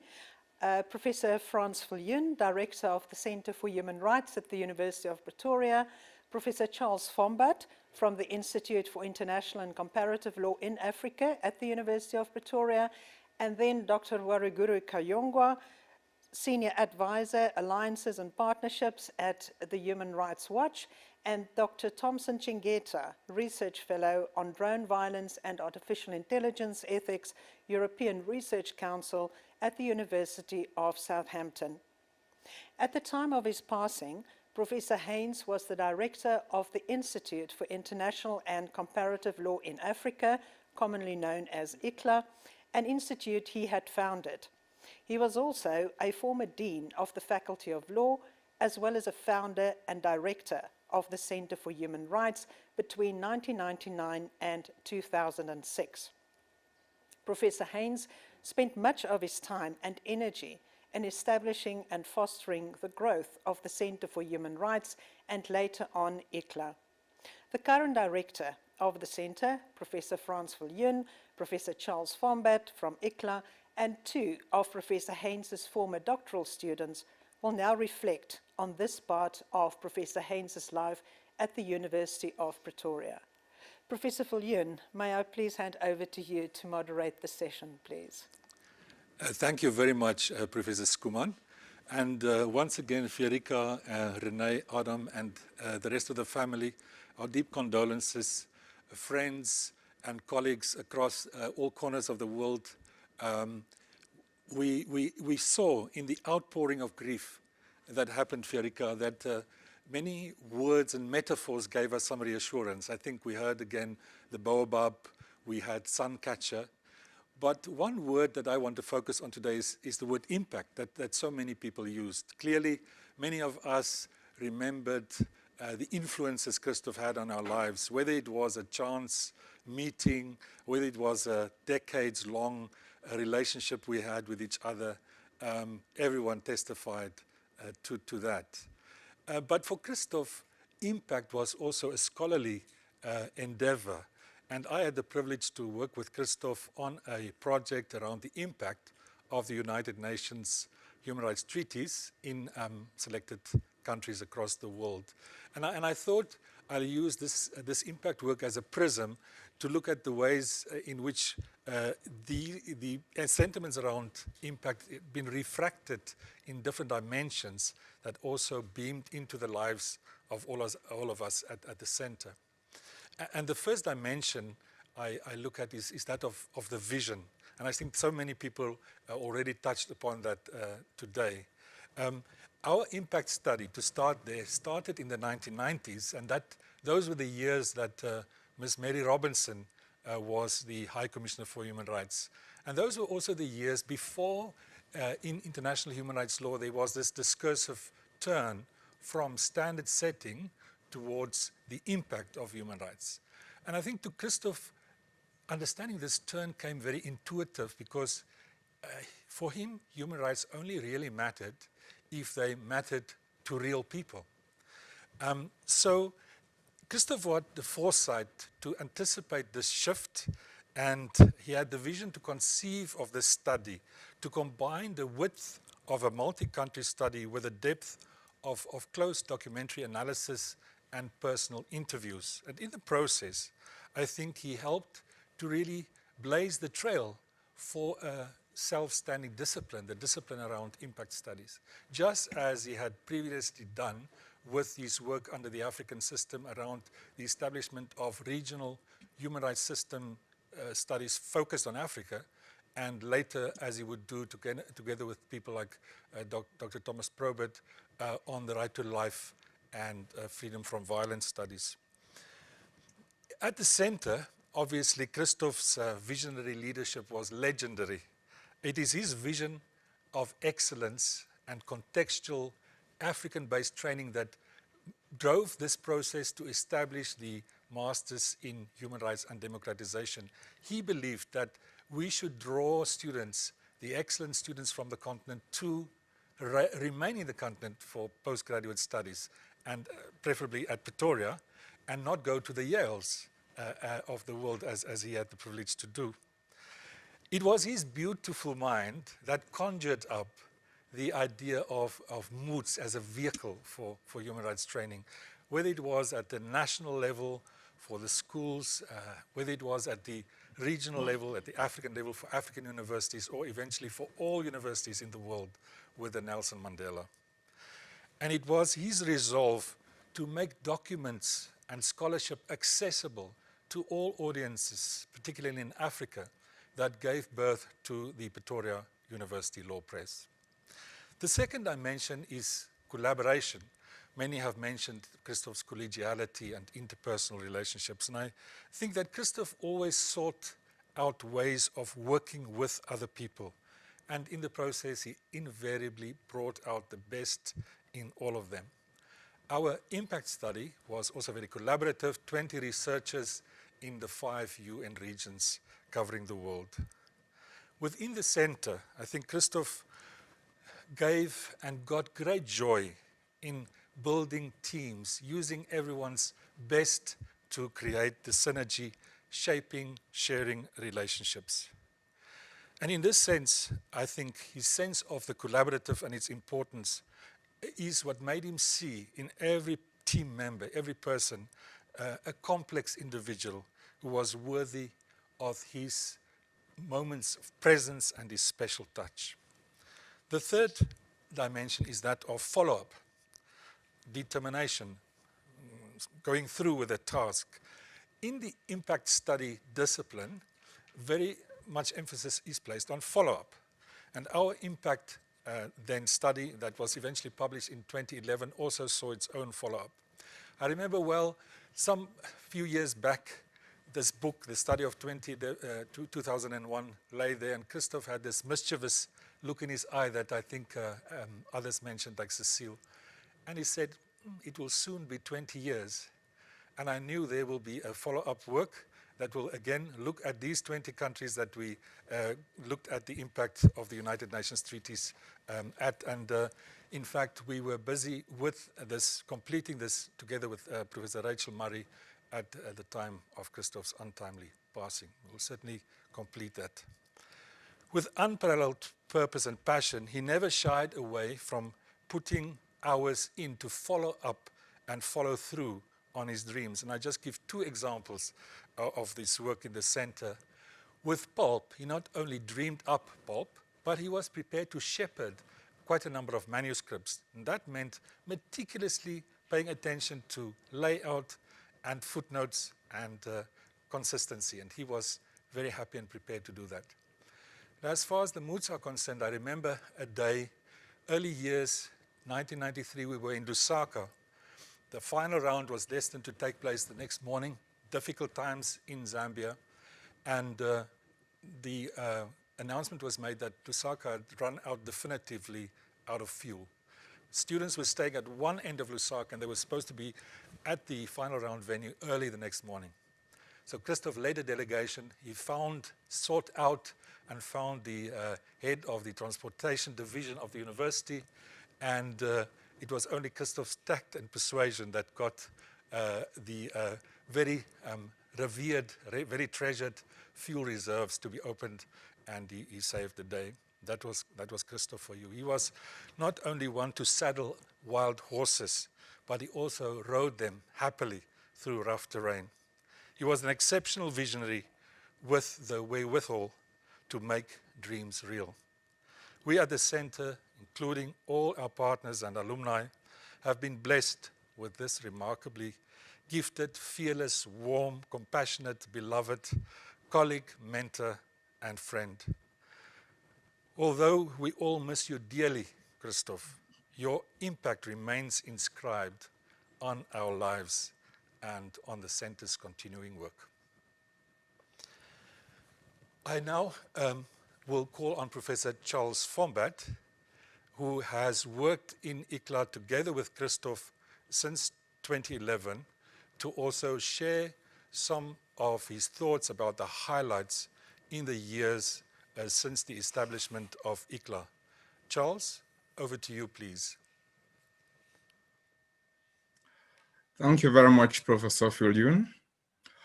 Let me start by joining all the others to express my profound condolences to Fiorika, the children, and the family. I have indeed worked with Christof at ICLA from around when it started until today. Christof saw ICLA as an important vehicle to strengthen our faculty as a global faculty. Over the last decade, he tirelessly initiated a number of projects and programs in collaboration with numerous local and international partners to facilitate research and advance the transfer of knowledge. I can briefly summarize the major achievements of ICLA under Christof at its helm under 4 fairly loose categories. The first of these is what I refer to as the Global Research Agenda. And under this, we had a number of projects such as the Pretoria UN Human Rights Treaty Impact Study. And this project was designed to make the whole UN treaty system visible.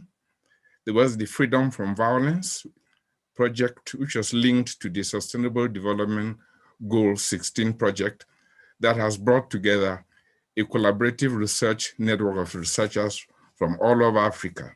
An important objective of this project has been to build up a core of reliable African expertise in this area, and as a result of it, 15 students, most of them registered in the law faculty and under Christof's supervision, with the co-supervision of others, are doing their doctorates in this area.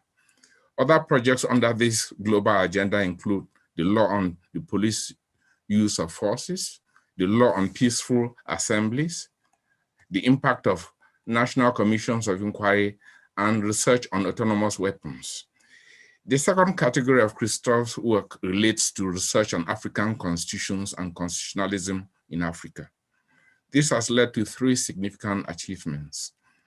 First, the introductory commentaries on all African constitutions, which is available at ICLA's website as part of the Oxford Constitutions of the World online. The second is the Stellenbosch Annual Seminars on Constitutionalism in Africa, which have led to 5 major path-setting publications on comparative constitutionalism in Africa, published by Oxford University Press. And thirdly, a number of important conferences by ICLA that have led to publications on the rule of law and another publication on the implementation of African constitutions. The third category of the impact of Christof's work at ICLA relates to international organizations. 2 aspects of this deserve special mention. Firstly, the enormous amount of work he did as the UN Special Rapporteur on summary execution and later as a member of the Human Rights Committee, to which others have alluded. And secondly, and perhaps most importantly, his contribution to the development of several international standards and guidelines at both the UN and the AU. Finally, at ICLA, Christof had a strong team that coordinated the Philip Yesup International Moot Court Competition and the National Schools Moot Court Competition, to which others too have also alluded. Just before his untimely demise, Christof had initiated a doctoral webinar series, and his idea was to use this as a platform for online exchange between doctoral students at different universities on the continent. Thank you. Thank you very much, Charles, for sharing those elements of the work of ICLA. Thank you very much for that. But may I also ask that you share with us perhaps some of your more personal reflections of your rememberings of Christof, please?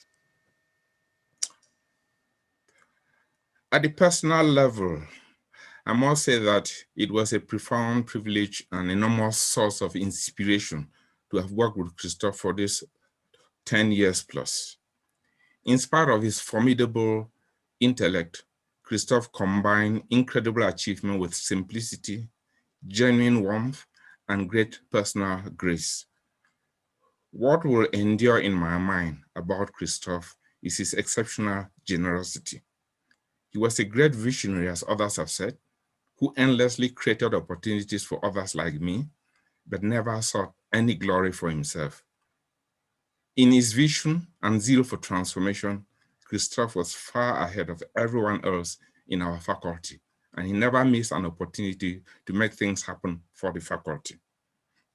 When I look back, I can only say Christof is one of those few people who spent his life trying to make the world a better place, both for those of us who were lucky enough to know him, for many thousands who never met him but have benefited from his work, and I dare say, for many yet to be born.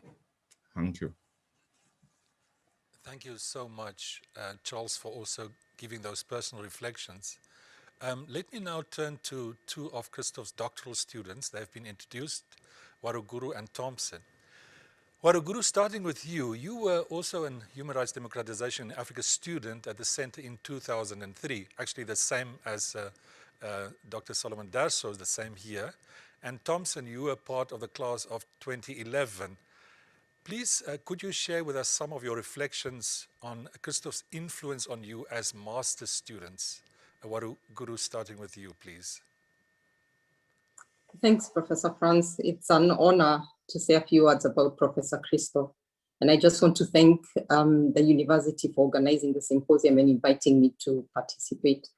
So as my classmate, Dr. Derso has said, we are hugely indebted to Professor Christof for establishing the master's program at the Center for Human Rights. It has had a profound impact, I think, and I believe I speak on behalf of all the students who've passed through the center. It has had a profound impact on us.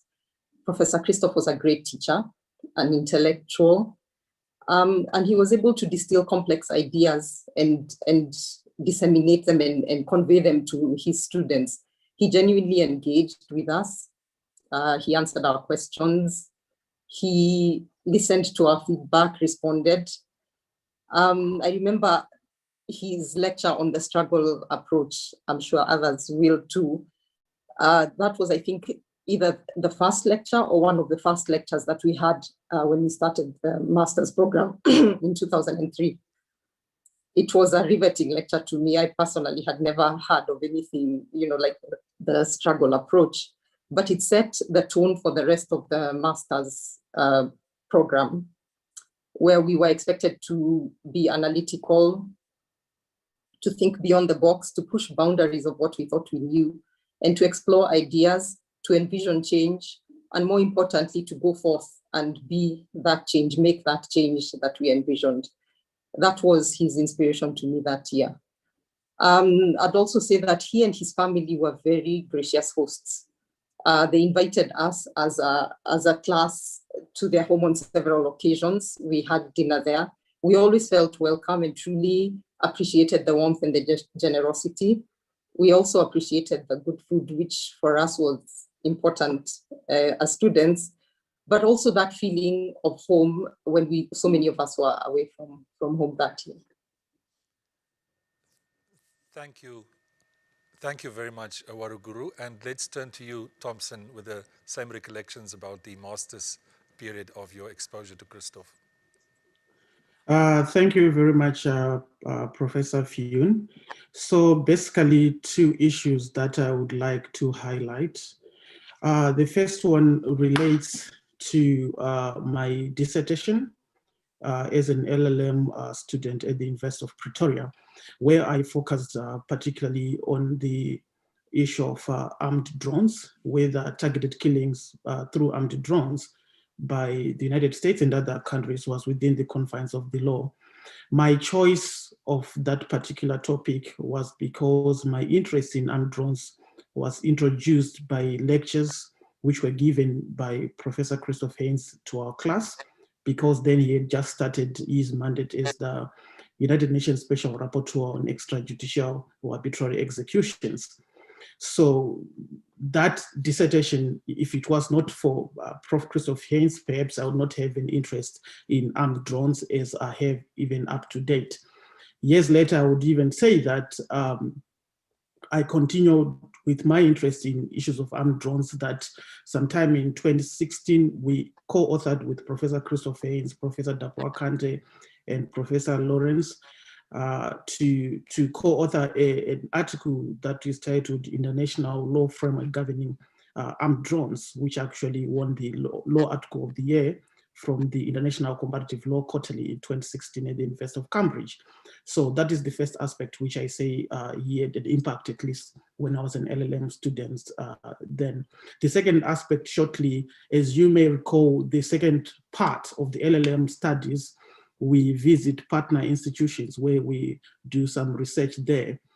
At the moment when we were about to go to that second part of the LLM program, I was accepted for an internship at the International Criminal Court in The Hague in the Netherlands. And now there was this challenge as to how do I proceed there. And when I approached him discussing this particular issue, and he advised me to make my case to the center, which then agreed for me to do my second part actually at the International Criminal Court, where he continuously actually checked on me whilst I was writing my dissertation on drones. Thank you.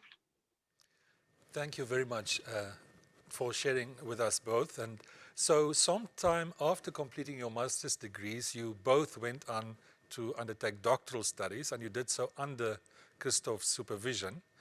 So I would like to ask you to give us some sense of how you remember Christof as a doctoral supervisor. And just to break the monotony, we'll go back to you, Thompson, as the first person to respond to that, please. Thank you again for that question. I would say, as you know, my doctoral studies were on international law and autonomous weapon systems. And when I started that, my doctoral studies, he was already also starting his UN report, which has been referenced by many in this symposium on lethal autonomous weapon systems. So my memory of Professor Christof Heyns as a doctoral supervisor, as my doctoral supervisor, would be that while in this symposium, or many people who have given their thoughts on Professor Christof Heyns reference, and rightly so, to his excellent and superb way of scoring goals as far as academic excellence is concerned.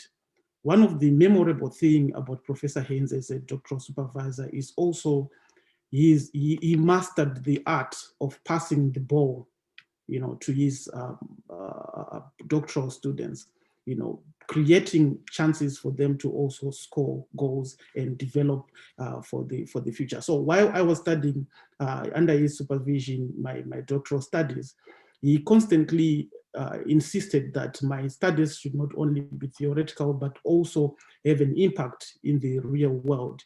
In that regard, many opportunities which would come, for example, in terms of meetings, United Nations meetings on this particular topic, he would involve me, and rightly so. He included me in the research of his report on lethal autonomous weapon systems, the research itself, and the drafting process, which to date had played an important role as far as my career is concerned. The second part, which I would also want to emphasize, is that I was privileged that my office, when I was doing my studies, at the University of Pretoria, was just 2 meters away from Professor Christof Heyns, whose door was always open. So when you are brainstorming at any, theory which I would want to include in my thesis, his door was always open as a sounding board, where you just, storm into his office and say, I have this idea, and to give you a listening ear and try to also give you perspectives on those issues. So whilst giving you all the academic freedom on whatever you are doing, he always also was a sounding board trying to guide you at least to a very, very good place. That's one of the things which I would want to emphasize in my memory as my PhD supervisor. Thank you very much, Thompson, for sharing those. I can certainly echo what you said about, passing the ball. I was also privileged to be a doctoral student of Christof. That would be many years before you, but it was for me also not just doing a thesis, but actually being accompanied into a new world. Waruguru, could you also speak to that issue, please? Yeah, I'd agree with you and Thompson on Professor Christof's ability to draw you into making your own conclusions. He would guide you but he would also allow you the latitude to think for yourself. I did my doctorate on socioeconomic rights and the role that budgets play in the realization of those rights.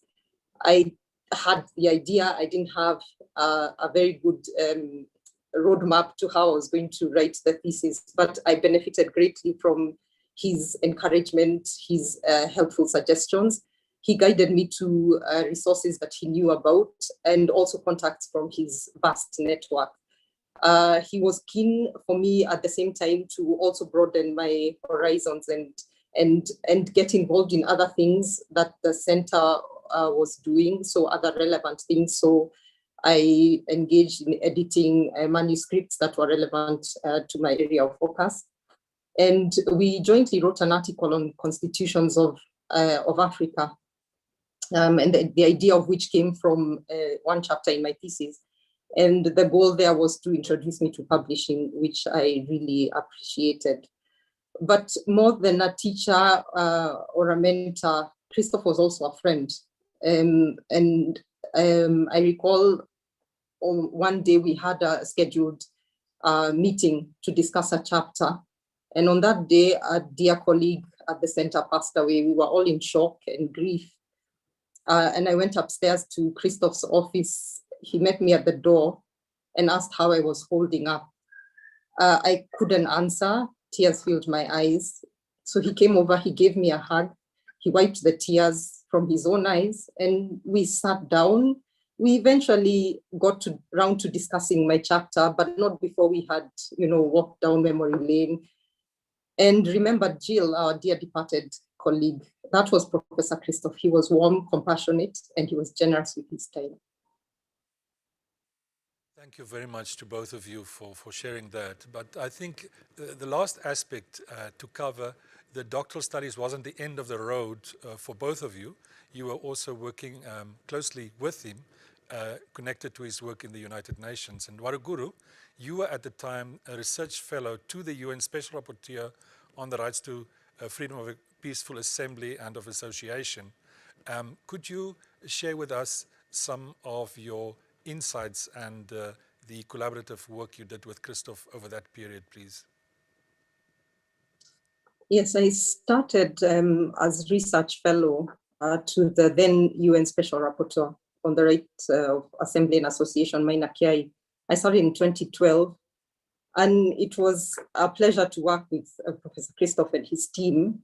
We worked jointly on a project that the Human Rights Council had requested for the two special rapporteurs to prepare practical recommendations on the management of assemblies. This has been referred to by several other speakers before. It was an issue that both special rapporteurs took a keen interest in, and both teams worked well.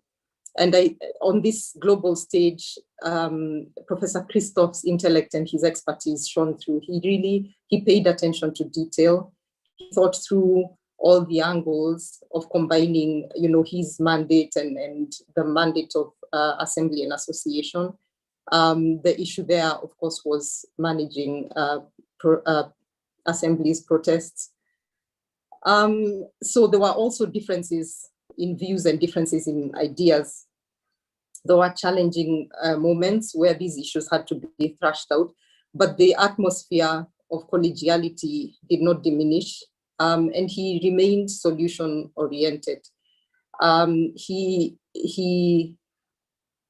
even if he didn't agree with you, and many have said this, even if he didn't agree with you, he did listen to you. He genuinely engaged with your views and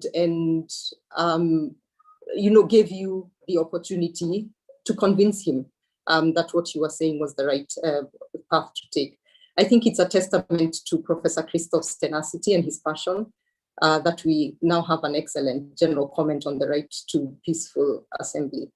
I think I'd like to also say that just listening to what other people have said and the phases through which I have known Professor Christof, he's remained consistently who people have described him to be. A genuine, thoughtful, kind, a visionary, a thinker and doer, an inspiration and a wonderful human being.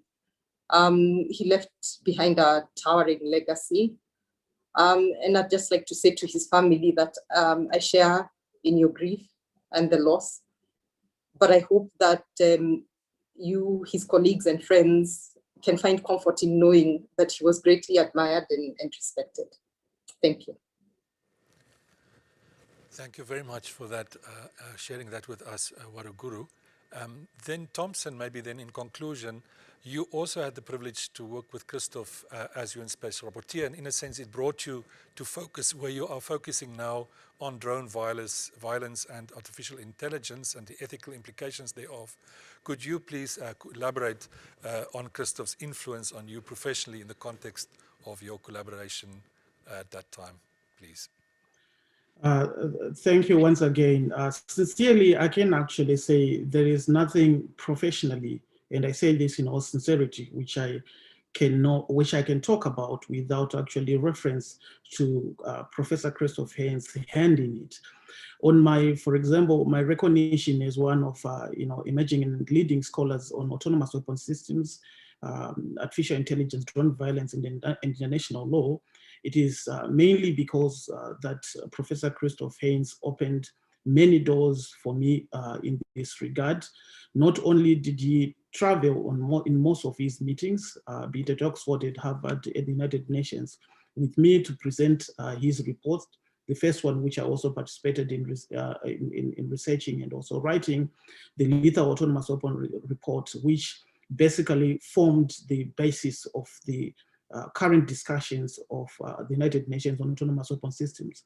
For example, the formation of the United Nations group of governmental experts on lethal autonomous weapon systems, within which I continue to participate. It was initially because I started this work with Professor Christof Heyns.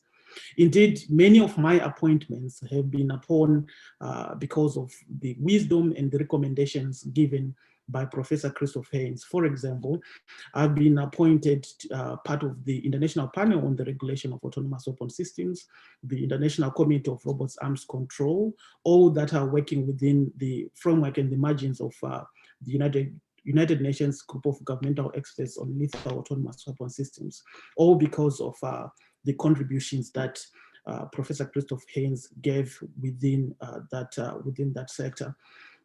The second aspect which I would also want to mention, which is also dear to me, which was also dear to Professor Christof Heyns, I often referred to him as the god of moot court competitions, because indeed he founded many moot court competitions, an area which is also of interest. As some of you would know, for the past 10 years now, I have been the author of the hypothetical cases of the Nelson Mandela World Human Rights Moot Court Competition, which many have also mentioned, which is a very interesting area which he also introduced me to. He approached me while I was still his doctoral student in my office and asked me to start writing the drafts of these moot court competitions, and since then I've continued doing so. And it is something which I hope to continue doing in his memory, so to say. I would, in a way of concluding, say that Professor Christof Heyns did not only impact myself only professionally, but even on a personal level. Not only was his door always open on anything that may be troubling you, he always gave even advice in circumstances where you think perhaps I have no solution here, you would always create one. And his love, sometimes generally you just schedule a meeting and say, I want to check on you, how you're doing professionally and at a personal level, something that we will definitely going to miss. And on that note, I want to take this opportunity not only to pass my sincere condolences to Erica, the children and the family, but to everyone who have lost Professor Christof Heyns. Indeed, he was not only an academic giant, but a loved friend. I really did love Christof Heyns and will continue doing so. And in his memory, we hope we'll keep it alive by continuing his legacies. Thank you. Thank you very much to both of you for sharing that. I think you are wonderful examples of Christof's ongoing legacy. And indeed, you mentioned, Thompson, the Nelson Mandela World Human Rights Moot Court Competition, which is part of that legacy that Christof leaves behind, and we will see hopefully that continuing in Geneva or online in a few months' time. Thank you very much. Back to you, co-moderator Professor Skuman. Thank you very much, Professor Viljoen, for moderating this session, and thank you to the colleagues as well as the students for your input. I think the VC will agree with me that the University of Pretoria is really blessed that Professor Heyns chose to live his academic life here. And ICLA, as well as the Center for Human Rights, will remain as beacons of hope for the future, for the study of human rights, not only nationally, but also on the continent and further afield. Thank you very much again, Professor Viljoen, and to all the participants in this panel. I now hand back to my co-moderator, Abigail. Over to you. Thank you. The next panel of esteemed guests is actually composed of international academics that worked with Christof. I would like to start by introducing Dr. Andrew Shaknov, who was Director of Legal Studies at the University of Oxford, Department for Continuing Education, and Fellow of Kellogg College, Oxford. As Director of the Master of Studies Program in International Human Rights Law at the University of Oxford, Dr. Shaknov invited Christof to teach 2 modules to students on this program. Dr. Shaknov, please provide your perspective on the impact Christof had on you intellectually and personally. Ferica and family, rector, friends, and colleagues, it's an honor to speak about Christof and to honor him. He was an informal man, and he would be probably very surprised that I'm wearing a gown right now. He'd wonder, why on earth am I doing that? So let me explain. There's a narrow reason and a broad reason. The narrow reason is that our Vice Chancellor, Professor Richardson, has asked that I extend her sympathies and the sympathies of the university to Ferica, to her family, and to the rector and all of you at Pretoria, and to each one of you who considered this committed, talented, loving man a friend. Each one of you made sacrifices and acted in generosity and allowing Christof, and sometimes coming with Christof, to let him teach in Oxford over many summers. And they were beautiful summers, and you made that possible. So on behalf of all of us, I thank you very, very much. So the narrow answer is, when you speak on behalf of the boss and the team, you wear the uniform. The broader answer you already know, and that is that each cultural group has its symbols of respect and of shared membership. Each one of the dozens of tutors who Christof taught with, and each one of the hundreds of students he taught, would wear their gowns now too, if they could. He went on, he was loved by all of us, and his students went on to take his ideas and apply them in 100 countries. Oxford can claim almost no contribution to Christof's intellectual life or career development. We, like many countries in the North and many institutions, were free riders, and we benefited from all of his efforts and all of your efforts to make him the person that he was. Christof offered us, and me personally, something unique. He was committed, he had a generous spirit, he had a sense of possibilities, he had legal skills, and he had a sophisticated ability to use social science analysis to apply to human rights problems. There's some people who are good at first principles, or at constructing a thematic and schematic structure, or quantitative analysis, or the strategies and tactics for implementation. Christof was good at it all, and he was doing it in ever-expanding fields of expertise. He moved fluidly between so many institutions, and he helped us all. He had ambitious objectives, and he achieved them often.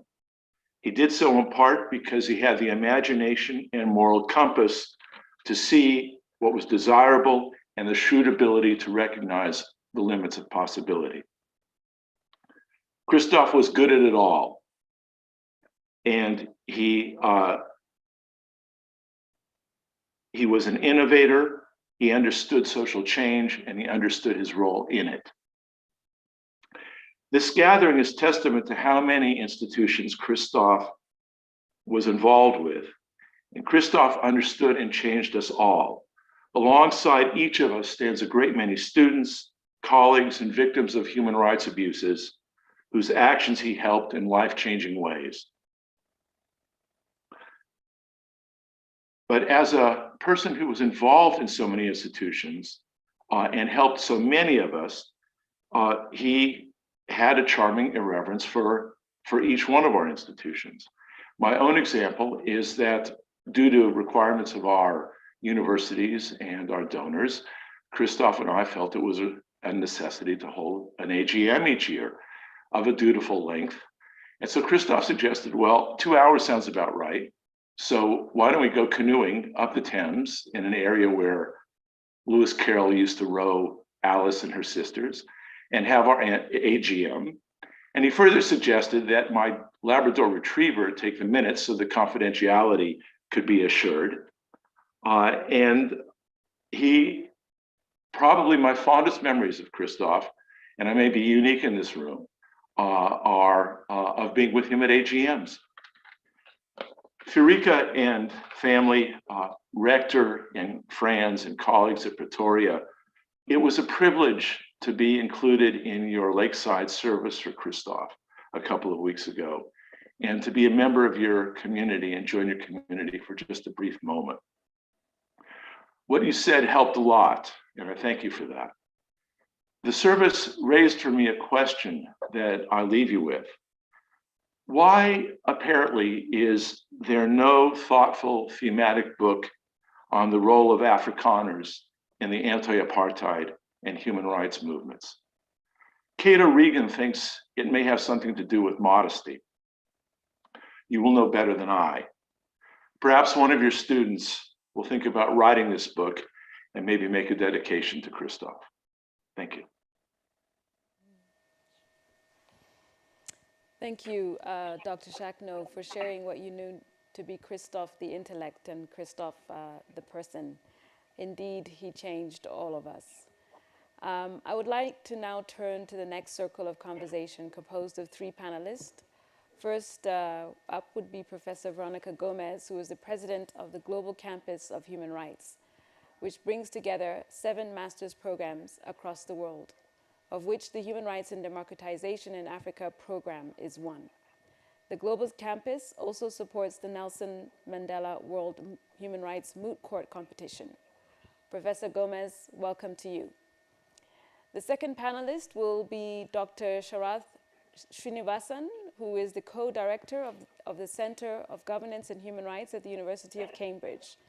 Sharath and the Cambridge Center collaborated actively with Christof when he was a UN Special Rapporteur on extrajudicial, summary, or arbitrary executions and beyond. Dr. Srinivasan, welcome. The third panelist will be Professor Funmi Olonisakin, who is Vice President and Vice Principal International at King's College London, and where she is also Professor of Security, Leadership and Development. She is also Extraordinary Professor in the Department of Political Sciences at the University of Pretoria. Professor Olonisakin, welcome. I would like to ask you what role Christof played in your professional life. What was his most salient impact on you as a colleague and on your professional circle, more broadly speaking? I will give each of you 2 to 3 minutes, starting with you, Professor Gomez. Over to you.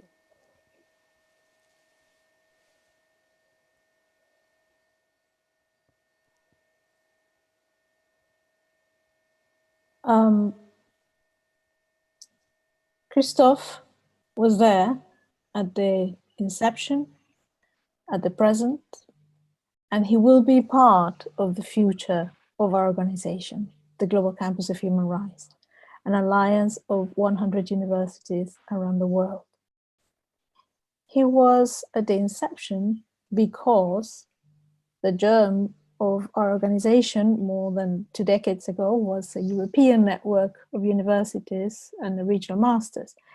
And he recognized the potential of this model for postgraduate education and was a pioneer in approaching donors and replicating this model in Africa.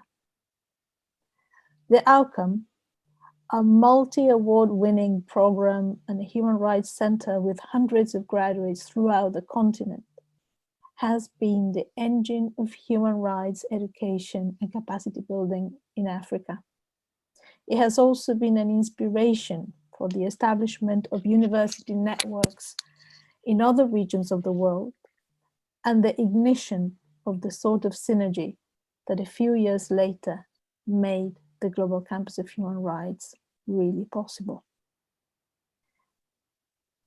Christof was our present because in our first Global General Assembly hosted by the University of Pretoria, he brought 2 fundamental projects to the table. The impact study on implementation of UN human rights treaties, as mentioned by Frans Viljoen, an expression of his commitment with the United Nations, and the Moot Court for Schools, an expression of his commitment with the future. He truly believed in human rights education and in experiential learning, and he was excited about sowing the seeds of new faces in these projects with the participation of students and professors from all over the world, and to reach children and youth from all over the world. He truly inspired us to take on these projects and replicate them around the world, as it is the case here in Buenos Aires, from where I'm speaking to you. Ferica asked for news of his pending projects, and we can promise her and the rest of the family that the projects that she shared with his global family will continue, and that his treasured memory also will be part of our future. Thank you. Thank you so much. I will hand it now to you, Dr. Srinivasan, for your thoughts. Thank you, and let me first express my condolences to Ferica and all of Christof's family, and also thank the organizers for this opportunity to remember and to share. So this past month, I found myself returning to memories of working with Christof and trying to put my finger on his unique impact. I mean, we all know how unique Christof was in the world of human rights, but also just as a human being. But to hold strong to his impact, I felt myself trying to reach for words and to make true of that. And I think these reflections have in mind many colleagues, especially Thomas Probert and Ella McPherson, and students at Cambridge and at the Centre of Governance and Human Rights, who were part of over a decade of our collaborations with Christof. Christof was a founding figure of our centre in Cambridge and a mentor for me right from the beginning, even before I came to Cambridge. I remember well, we met in Oxford on a summer's day in 2009 when I was still a PhD student, and he was teaching at the summer school at the Vault Cafe next to the iconic Radcliffe Camera. What might a centre on governance and human rights in Cambridge, a new centre, be about? What might it be for? My very first conversations and thinking about this were with Christof. And later that year, he traveled from South Africa to be there for our centre's inauguration, and some of our very first collaborations with him and his mandate as UN Special Rapporteur began. There were many lasting impacts of many projects that we did together. But first among all of them, I think, is that inspired by him, our centre, CGHR, forged its identity as being very student-oriented and very committed to engagement with practitioners. Our collaborations were many and still are many, starting with a project on the safety of journalists, and then finally, most recently, making a contribution on his landmark work to General Comment 37 on the right to peaceful assembly. I think obviously Christof chose the projects of human rights that he would put effort into in some way. And when I think of these two projects at two ends of our collaborations, journalists, protest, both of these suggest that Christof was especially concerned with speaking truth to power, a passion for the cause, for people versus the power block. But I think that's in a way to miss Christof's unique contribution. He was much less about us versus them than it might first seem. And partly, I think this is about Christof's deep, loving optimism for humanity. In the years between those two projects on journalist safety and freedom of assembly, a lot of his focus was on freedom from violence, including use of force by law enforcement and the state, working closely with our colleague, Thomas Probert. And Thomas will recall that Christof at the beginning really loved this new book from Steven Pinker, Better Angels of Our Nature. And I think it spoke to his optimism about humanity and about what his project needed to focus on. So for Christof, human rights was not about us versus them. It's about expanding the us. That's the heart of the struggle. What then gets in the way of human rights flourishing globally? When the human rights movement becomes too much about us versus them, it shoots itself in the foot. I think Christof's conviction was that we can agree on most of the core of human rights norms and values, but it's in the institutional realities and their implementation that often we let ourselves down. And thus, for example, the grubby hard work on the Minnesota Protocol, that work that Navi Pillay mentioned. And the politics too can mess things up. Human rights can't be about pious proclamations by those who decide they know better, nor can it afford to be a grubby fight or coerced. And thus his tireless focus again and again on the regional systems, on plural understandings, on consultative approaches, collective efforts across the human rights movement, and all the way down to involving students in the work as equals and as the future. So I think his unique contribution for me professionally, in the way that I think he had an impact on us in Cambridge and beyond, is how he stood for and walked the talk of expanding the us. And here we all are. So I think I finally come to appreciate and to understand his deep passion as an African and South African in the world for Ubuntu. I am because of who we are. And I think we are because of who he was, and he is and will continue to be because of who we are.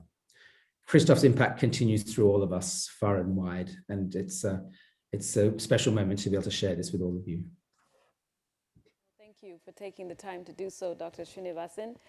And now I'd like to hand it to Professor Olunisakin, if you could now share your thoughts as well and your impressions. Right. Thank you very much. Let me start by joining all my other colleagues to say that my thoughts are with Fiorika and the whole family at this point in time. Like Sharon, in the last month, I've had moments of reflection myself.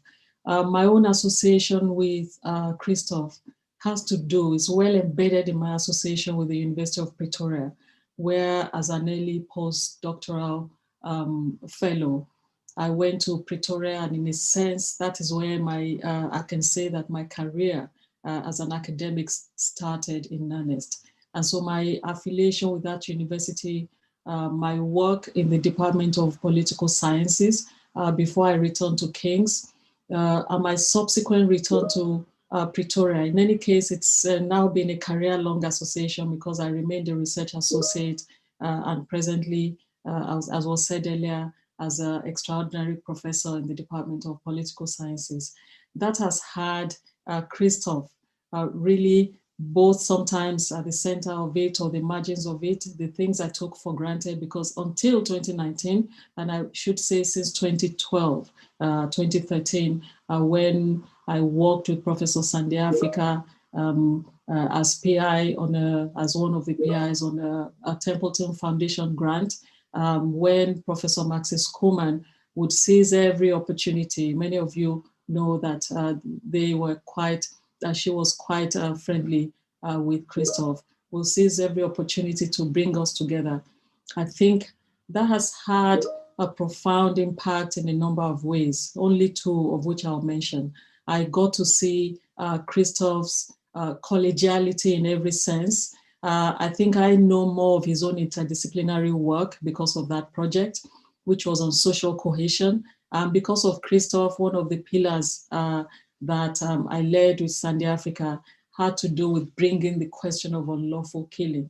Christof was very, very busy. He didn't hesitate every time Maxi, wrote to say we would like his involvement in this project in particular ways. He was part of it. He would immediately respond yes. His immediate response would be, yes, tell me where to join you, at what meeting. But my life in the University of Pretoria every summer, up until 2019, I haven't been since the outbreak of COVID, was one in which I always imagined invariably that Christof would be part of it.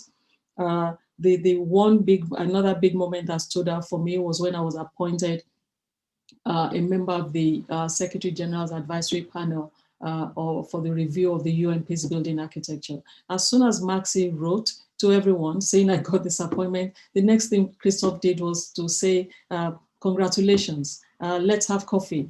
He was always there ready to give advice about his own experiences at the UN. And in the meeting we subsequently all had, that get together to discuss, following my own discussion in the University of Pretoria about my experience on the panel, was one in which he was full of his own, stories about his own experiences. One misses that. One will miss that a great deal, but finally, the life at the University of Pretoria for someone who's an associate is such that it's in the coffee houses, it's in the bars, in the places you go to take some time off quickly, maybe at lunch or go back later on, that you begin to feel that collegiality a great deal. Maxis Kuhlman will remember, it wasn't once, twice, or thrice that Christof became a regular, his regular seat was always adjacent to us. And that is how those conversations took place.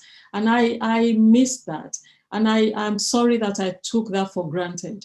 I always thought I would return and he would be there and would run into each other in the cafeteria, on the corridors or somewhere. I regret that will not happen, but I'm also celebratory of the fact that his legacy continues. His legacy, actually, I don't want to say we lost Christof, because somehow he's present. He's present in all of the people and the ideas and the processes and all of the principles and institutions that we have discussed today.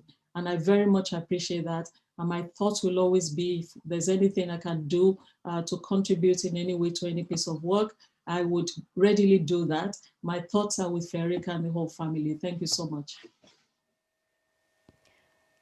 Thank you, Professor, for those thoughts and sharing your experiences and the time that you had and shared with Christof.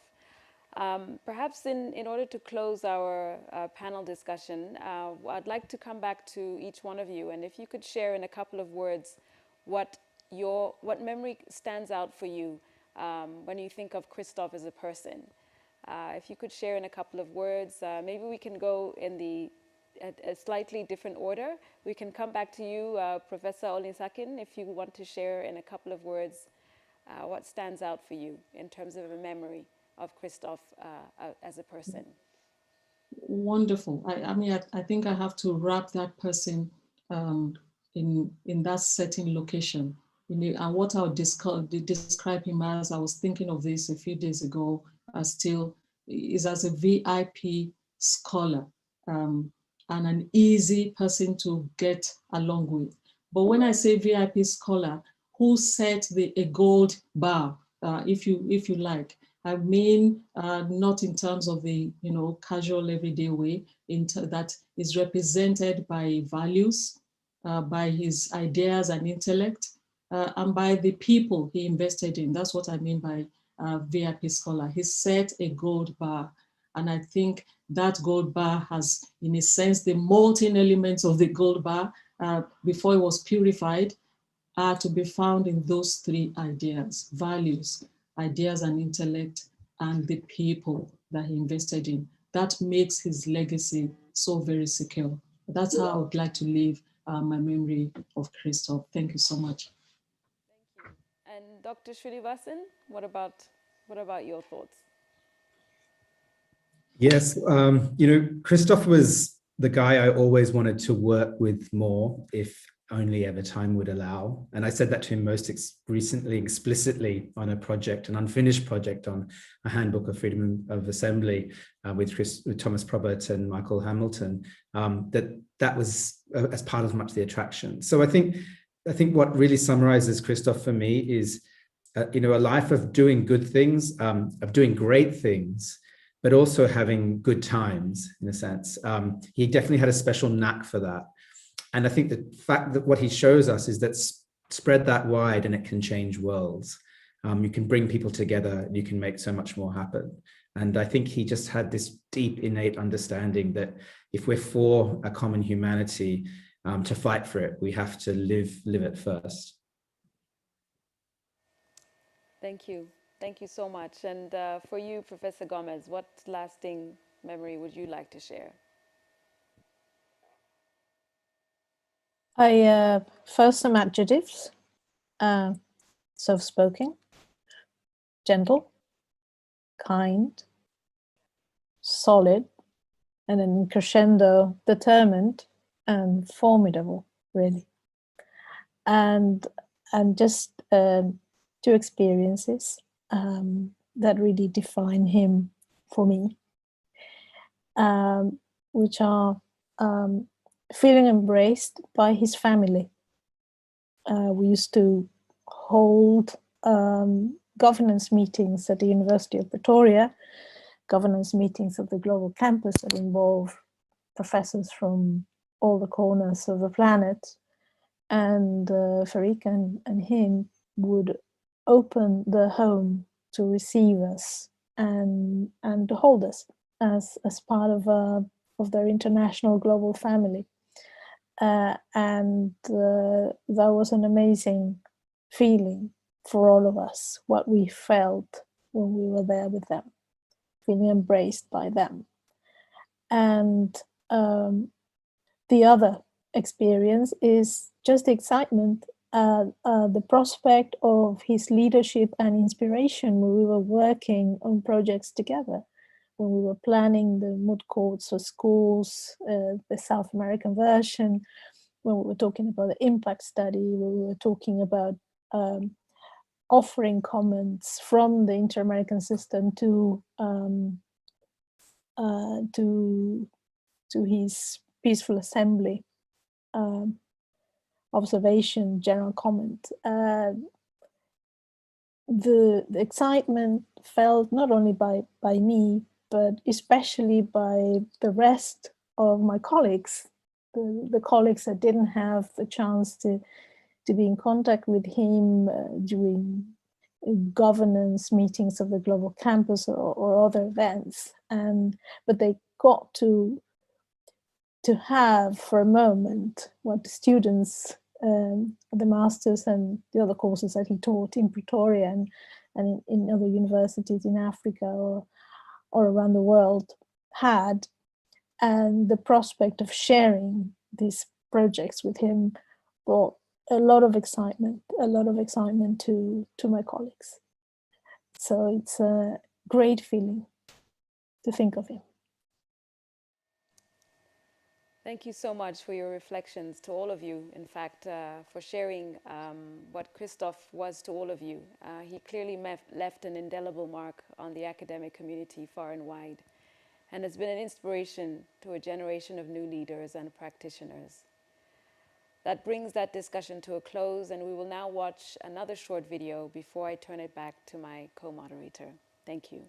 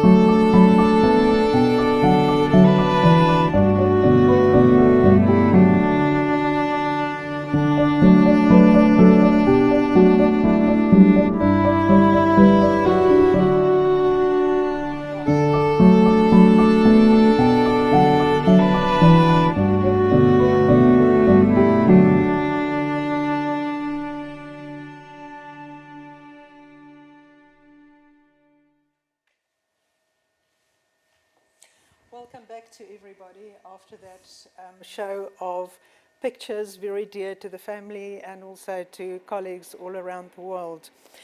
It is now my pleasure to welcome Professor Bongani Mayola, Chairperson of the South African Human Rights Commission.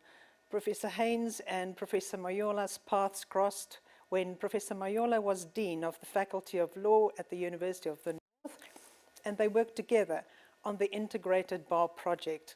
Professor Mayola, would you share with us some of your recollections of that time and also of your more recent collaboration with Professor Heyns?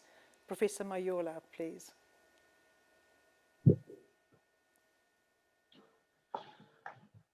Thank you very much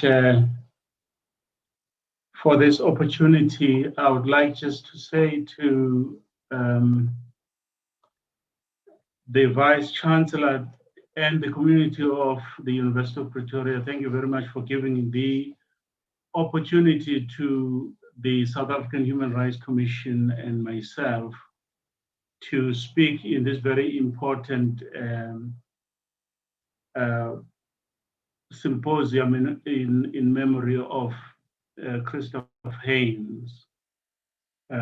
Although it's very sad, first I'd like just to express my deepest condolences to his family and friends and colleagues, and hope that the Almighty God will give them the strength and courage to bear this immeasurable loss. I hope that they will take some comfort in all that they have heard and continue to hear about their beloved Christof, a true champion of human rights and democracy. The wonderful tributes that we've heard on the day of his funeral and today paint a picture of a man not previously encountered and the likes of whom are not likely to be encountered again in the foreseeable future. He is a man who lived a relatively short life, but touched so many around the world and made an immense impact in the field of human rights. His works in human rights have touched many and given hope to countless human rights defenders, upcoming law students, and others fighting human rights abuses, not only in Africa, but the world over. In my view, Christof was a human rights visionary par excellence. Early in his life, he realized that the sustainability of efforts to promote and create a culture of human rights in this country lay in cultivating the understanding and knowledge of human rights among the young members of society. Our 27-year history has shown poor results in educating adults about human rights, which means therefore that he was right in his vision early on. First, he committed himself to be a law teacher and a teacher of human rights. He also wrote about law and human rights, thus providing the tools for both teachers and mostly young learners of human rights. Two, we have heard how he and his colleagues developed the moot court competition as an effective tool for teaching human rights and succeeded to expand it to educational institutions, not only on the African continent, but around the world. Again, this targeted younger people. Three, he offered his services to the world, visiting difficult places like the Gambia to investigate and report on human rights violations and atrocities. In the Gambia, particularly to investigate and report on extrajudicial, summary or arbitrary executions under the military rule of former dictator Yahya Jammeh. Christof also expanded the master's program at the Center for Human Rights in an ingenious manner that enabled law students from different universities in the continent to learn from one another while studying at the University of Pretoria. In a way, he engineered a cross-pollination of human rights law, experiences and ideas within the continent, something no one had ever attempted before. I bet there is now a human rights teacher or defender or activist in every country in Africa. Traveling to some of those countries myself, I have personally met many who proudly attest to having been students or even his students at the Center for Human Rights.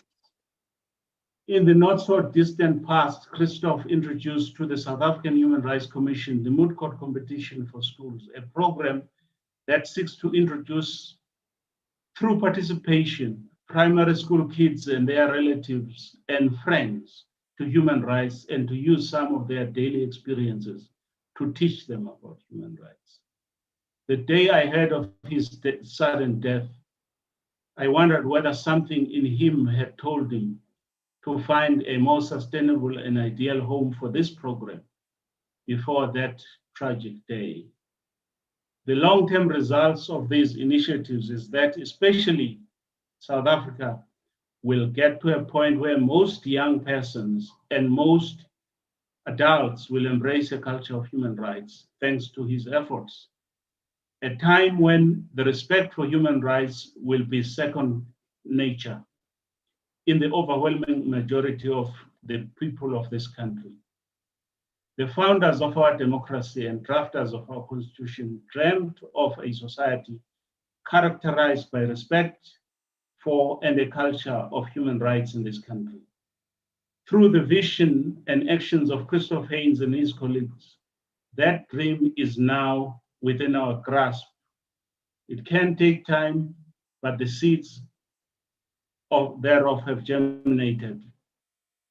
The South African Human Rights Commission therefore feels a deep sense of loss to the country and to the promotion and protection of human rights.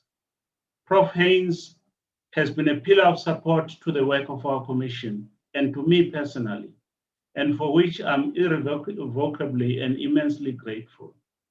He had an acute understanding of the important role of the commission as an instrument for supporting constitutional democracy and bringing about true equality. He sought to empower the commission even before it was born. During the drafting of the Constitution, for example, Christof Heyns championed the inclusion of Section 184.3 of the Constitution. And that section empowers the Commission to require relevant organs of state to provide the Commission with information on the measures that they have taken towards the realization of the rights in the Bill of Rights concerning housing, healthcare, food, water, social security, education, and the environment. No other national human rights institution in the continent and beyond has powers such as these. Christof foresaw that leaving it to Section 7.2 of the Constitution and the government of the day to fulfill the rights in the Bill of Rights would be insufficient. Many speakers have described him as a person who easily engaged with people and a deeply committed advocate of human rights. This is the sense that I've already had. He dedicated his life's work to the promotion and protection of human rights. I was still teaching law at the University of the North more than 3 decades ago when I first met him. As now, even then he was down to earth humble, always brandishing his wide smile and very welcoming, but beneath all that, extremely gifted and audacious. He was passionate about the initiatives that he was involved in.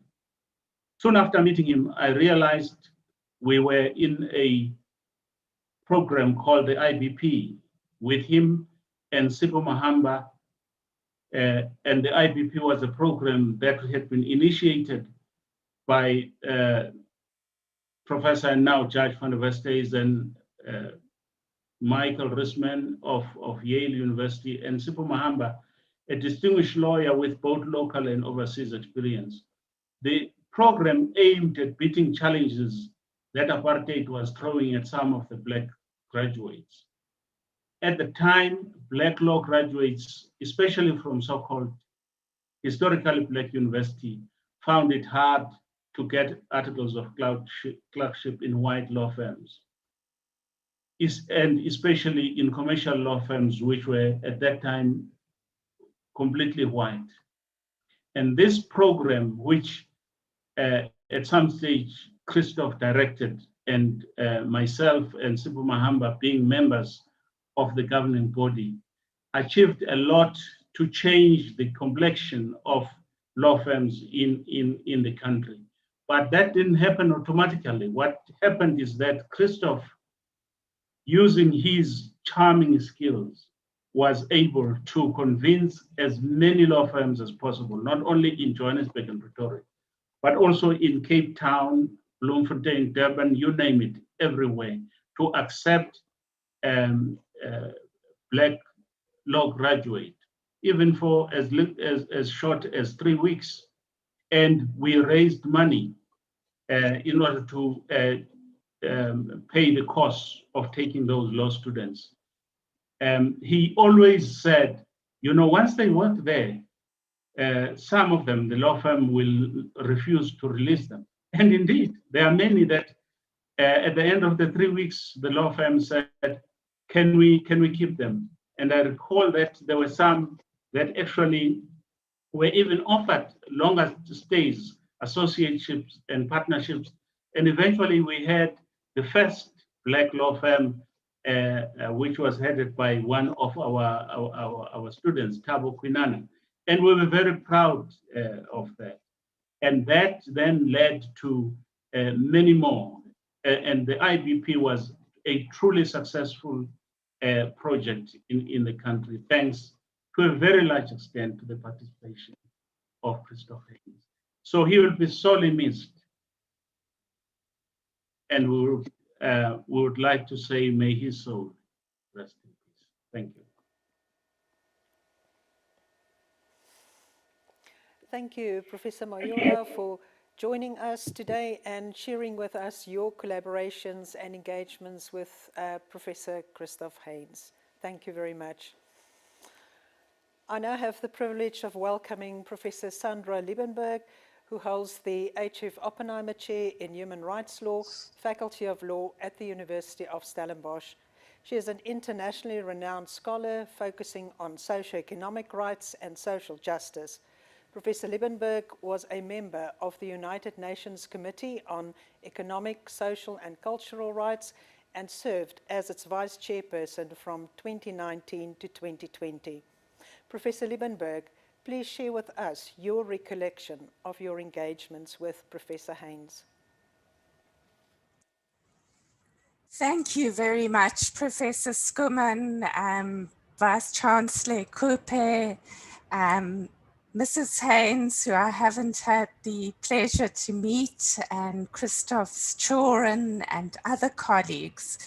It's an enormous honor to be asked to participate in this symposium to mark and to honor our dear colleague Christof.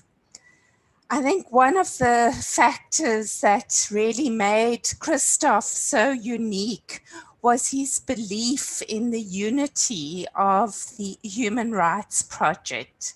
From the South African Constitution, our wonderful Bill of Rights, which drew inspiration from international human rights law, to contributing to the development of international law, drawing on experiences from South Africa, but also the African continent as a whole. Christof really believed that human rights law and institutions should work together as a mutual interlocking system of protection for the benefit of rights holders and beneficiaries. He believed passionately that human rights and the institutions that support human rights, whether it's the Human Rights Commission, the courts, the African Commission, the UN special procedures, the treaty bodies, he believed that these were precious achievements of humanity and that they've been won through generations of struggles against oppressive systems, whether it be colonialism, apartheid, patriarchy. He also very fervently believed that human rights had the inherent capacity to evolve and to develop responses to new challenges, many of which speakers today have spoken about, whether it's autonomous weapons of destruction, human rights in a digital age, climate change. Christof was always open and ready to see how human rights could evolve to meet these new challenges. Now, I have had the privilege to work with and collaborate with Christof over many years through various national and international projects. For example, when the Constitution was being drafted, and Professor Majola has mentioned this, we worked together on the project of socioeconomic rights. In particular, Christof had a vision for the particular role that the South African Human Rights Commission could play in monitoring and strengthening socioeconomic rights realization. And at the time, I was a member of the Constitutional Assembly Technical Committee on the Bill of Rights, and he proposed a special mechanism for the Human Rights Commission to monitor the achievement of socioeconomic rights. And that has now found its way in Section 184(3) of the Constitution. And he saw this as kind of a domestic reporting mechanism that could complement the regional and UN human rights treaty body systems. We also worked together with Professor Frans Viljoen on a project of the African Commission on principles and guidelines for the implementation of economic, social, and cultural rights in Africa. And that project has culminated in the Nairobi Principles and Guidelines. And over the past 4 years, Christof's term on the Human Rights Commission and my term on the UN Committee on Economic, Social, and Cultural Rights overlapped. Christof was in fact the focal point for the Human Rights Commission to our committee, the Committee on Economic, Social, and Cultural Rights. And we often spoke on ways in which this interdependence and indivisibility between civil and political rights and economic, social, and cultural rights could be strengthened and given practical realization. I have very many fond memories of Christof in Geneva discussing these projects, in him forming part of dinners of our committee, and automatically with his warmth, his spirit of Ubuntu, simply being part of this unity of the two groups of rights, and in bridging these divisions that Christof was able, through his intellect, his humanity, and his courage, to craft this unified, integrated vision for human rights. Christof will be greatly, greatly missed, but his contribution, his scholarship, the products of his teaching and mentoring will endure, and they will be a beacon for all of us as we move forward to craft a more just world based on human rights for everyone, everywhere. I thank you. Thank you, Professor Liebenberg, for joining us today in remembering and paying tribute to Professor Christof Heyns. I now hand over to my co-moderator, Abigail, to introduce our final speaker. Thank you. And indeed, I hope that as you have listened to the tributes today, you have come away with a strong sense of privilege for having known Christof, but also a sense in which we must celebrate and honor his life. And in fact, I would encourage all of us to go on an adventure in Christof's name. I would now like to introduce the final speaker, Justice Albie Sachs, whose remarkable life journey from an anti-apartheid activist to the highest judicial office needs little retelling. Justice Sachs served on the Constitutional Court of South Africa for 15 years, from 1994 to 2009, and left his compassionate and poetic imprint on the evolution of South Africa's constitutional jurisprudence. Working closely with Christof in July 2019, he delivered the first Nelson Mandela lecture as part of the World Human Rights Moot Court competition. Albie, it's great to see you again after such a long time, and it's over to you. And I think back to the Constitutional Committee of the ANC, much more than a human rights activist. We were freedom fighters, and we're very excited because people are coming up from South Africa, as Oliver Tambo called them, our white compatriots, and not only from South Africa, but from Pretoria.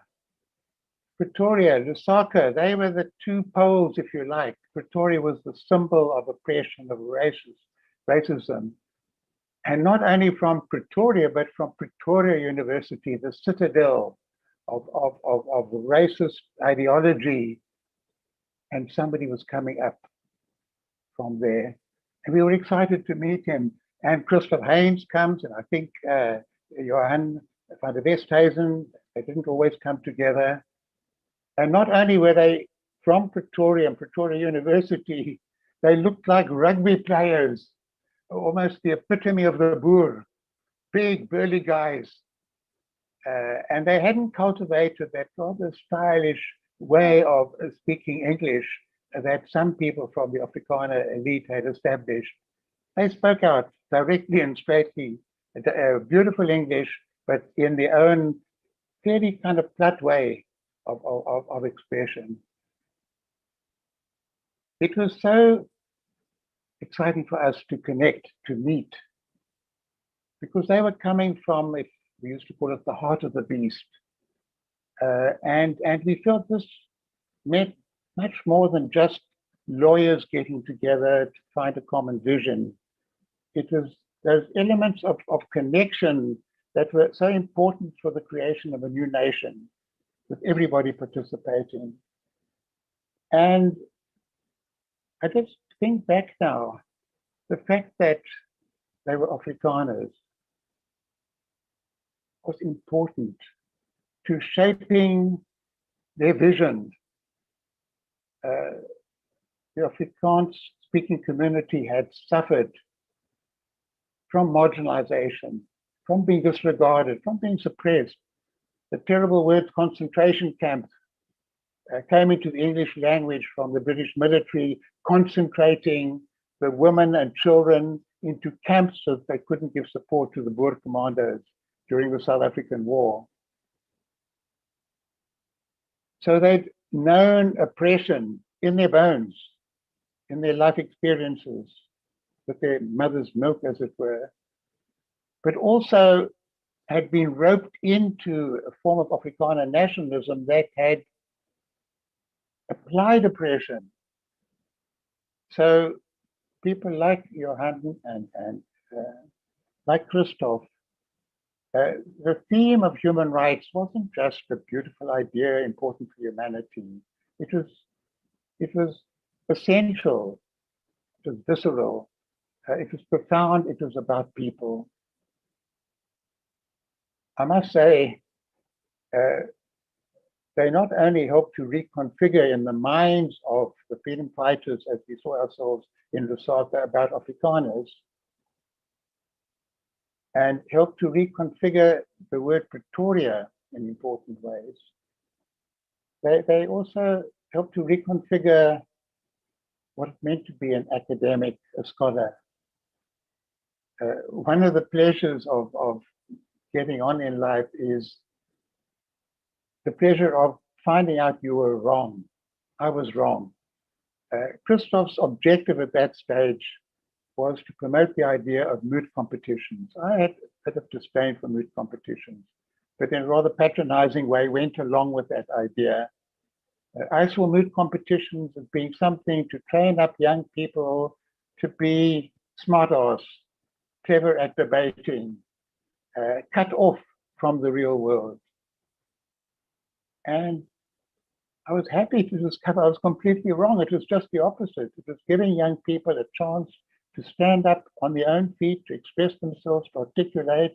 And what was so vital was the human rights themes. And what was even more vital was it went right through the African continent, from, as it were, Cape to Cairo, not a railway to advance imperial interests, but if you like, a network of ideas about human rights, and not only in the English-speaking part of Africa, but in so-called Francophone Africa. So here was the University of Pretoria that had been the citadel, the place of Pretoria, the place that had the military intelligence that sent the bomber to place a bomb in my car and blow me up. Now it's turned upside down completely. A central place for linking up the themes and elements of our freedom struggle in South Africa with the idea of human rights throughout the African continent. And lo and behold, Christof gets me to go as a judge, to be a judge on the human rights, on the moot competition court in Abidjan, my first time in Cote d'Ivoire. And not only that, he made it fun. This is the next area where he, having reconfigured the notion of academics, going out into the world, spreading the good news, if you like, through enabling people to articulate and express themselves, he's also reconfiguring the nature of these serious human rights activities. It was fun. It was interesting. They hired a plane to bring a large number of people up to Abidjan. We could go to the market, bring back lots of goodies that we brought there from West Africa into South Africa. And an element of fun, I think, was so valuable and so rich. Many speakers today have mentioned it. It wasn't just to have a good time. It wasn't ending up the serious work with a little bit of a party or a dinner and speeches made and toasts. It was somehow to say, we are fighting for human rights. Human beings have a right to pleasure, to joy, to exploration, to art. And lo and behold, in March, just before the COVID epidemic, he organizes a meeting in Lyon, in Switzerland. This smallish town with a spectacular view over the lakes with the mountains. It was part of the magic, the rainmaker, if you like, of Christof, that 20 or 30 people from all over the world should meet there and to discuss the whole theme of the rights of peaceful demonstration. So important in the world, so real, in this fairyland of a space and a place where we can interact with each other, let our imagination soar. And he inveigled me. He found money to get me to reroute my journey back from a lecture I was giving at Sussex University through Switzerland up to Lyon. And that special energy, I felt so proud watching him at work. He got me there to deal with the, if you like, the philosophical, the romantic, the poetic sides of demonstration, human expression, so that he could deal with the black letter law and the text, because they were coming out with the text. And he found those combinations, interactions. And there we were watching the sunset over the lake with the glorious sunsets. I made my little contribution to try to say, okay, we go before I catch my plane to the Charlie Chaplin Museum, and Gabriella and Christof and others came. We went to the Charlie Chaplin Museum. It was a joyous last meeting and occasion, as it turned out to be. After that, COVID hit us, and after that, after the death of Christof. In my culture, the cultural struggle, when somebody died, passes, we speak about picking up the spear. Picking up the spear. The fallen warrior falls, you pick up the spear and carry on. It's a marvelous theme, and it's a terrible theme. We don't want to have spears that can pierce the bodies of others. We don't want that anymore. We want the spear of enlightenment, of thought, of fun, of humor, of that global sense of humanity.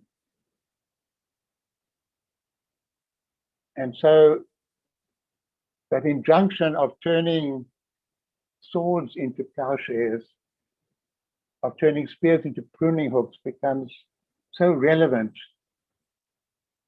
to our bidding farewell to Christof. We pick up the spear of your energy, of your thought, of your compassion, your enlightenment, your love for people, your curiosity, your sense of adventure, the rebel in you, the rebel in you, the rebel in you.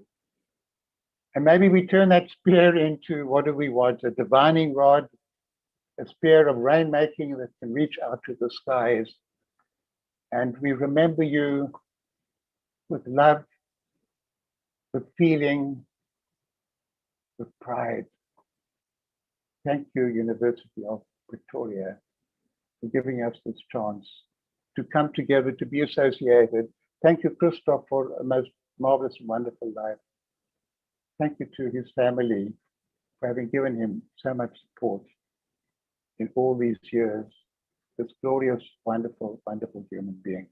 Thank you.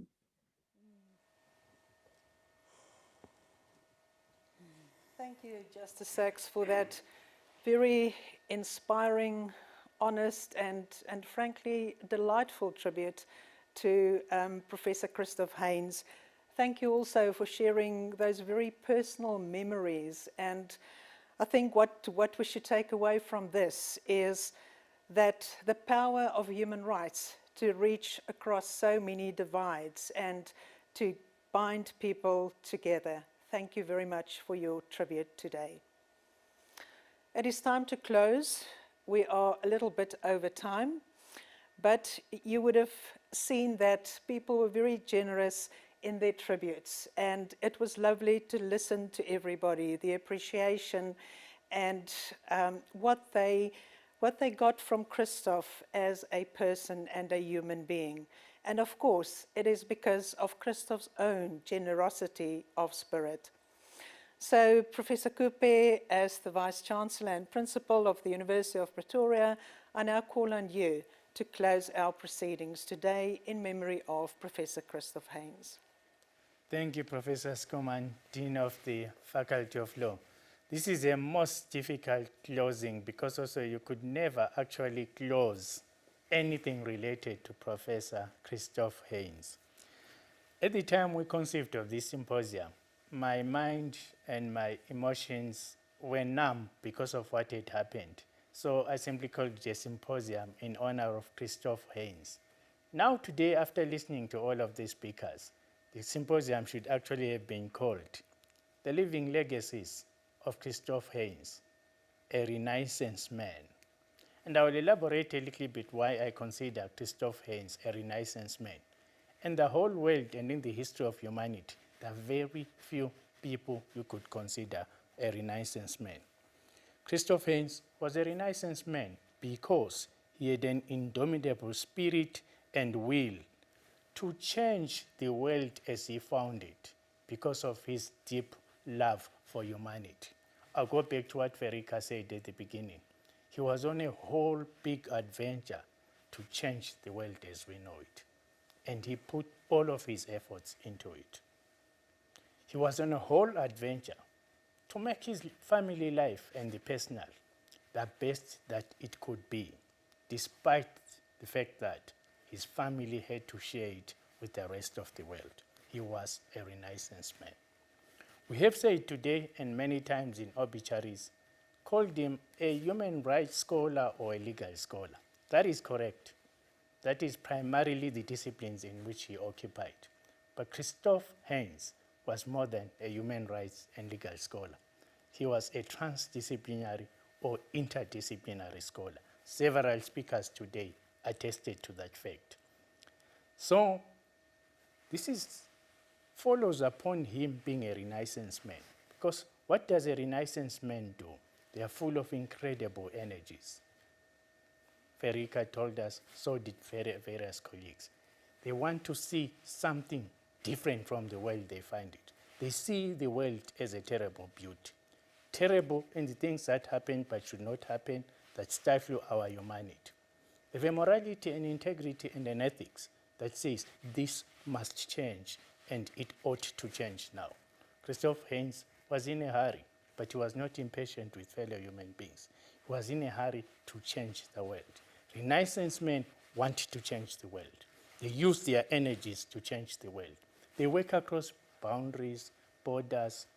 They work cross-generationally. You heard it from his ex-students. You heard what he tried to do with schools. They know no generation, they only know humanity. And they know humanity when humanity is beautiful. Christof Heyns was on a mission, therefore, to make human beings beautiful. Therefore, he rebelled against the circumstances that he found. And his rebelliousness was in order to imbue humanity with a greater spirit. So what did he do as a Renaissance man? He built and created spaces, structures, institutions, centers, institutes, moods, connected people. Because a Renaissance man or Renaissance person sees beyond the immediate. They, if you like, see the world in a grain of sand and see the world as their whole creative space. He was a creator. That is why he loved music and played it. He created all of these spaces, created scholars, created in others, human rights scholars, created in others, or instigated, incited, invited others to join the Renaissance and to change the world as you know it. Rooted as he was at the University of Pretoria academically, he was not confined to the University of Pretoria. Rooted as he was in South Africa, in the apartheid era and beyond, he was not confined to South Africa. He extended his efforts to our continent, Africa. Rooted as he was in Africa, he did not confine himself to Africa. He extended himself to the whole world, and that is why he worked together. He worked with the United Nations and other global institutions. In that way, he inspired a generation of people who also want to change the world. And that is why I say this symposium is a symposium about the living legacies of a Renaissance man who was in a hurry, who had an indomitable spirit, and wanted to leave the world better than he found it.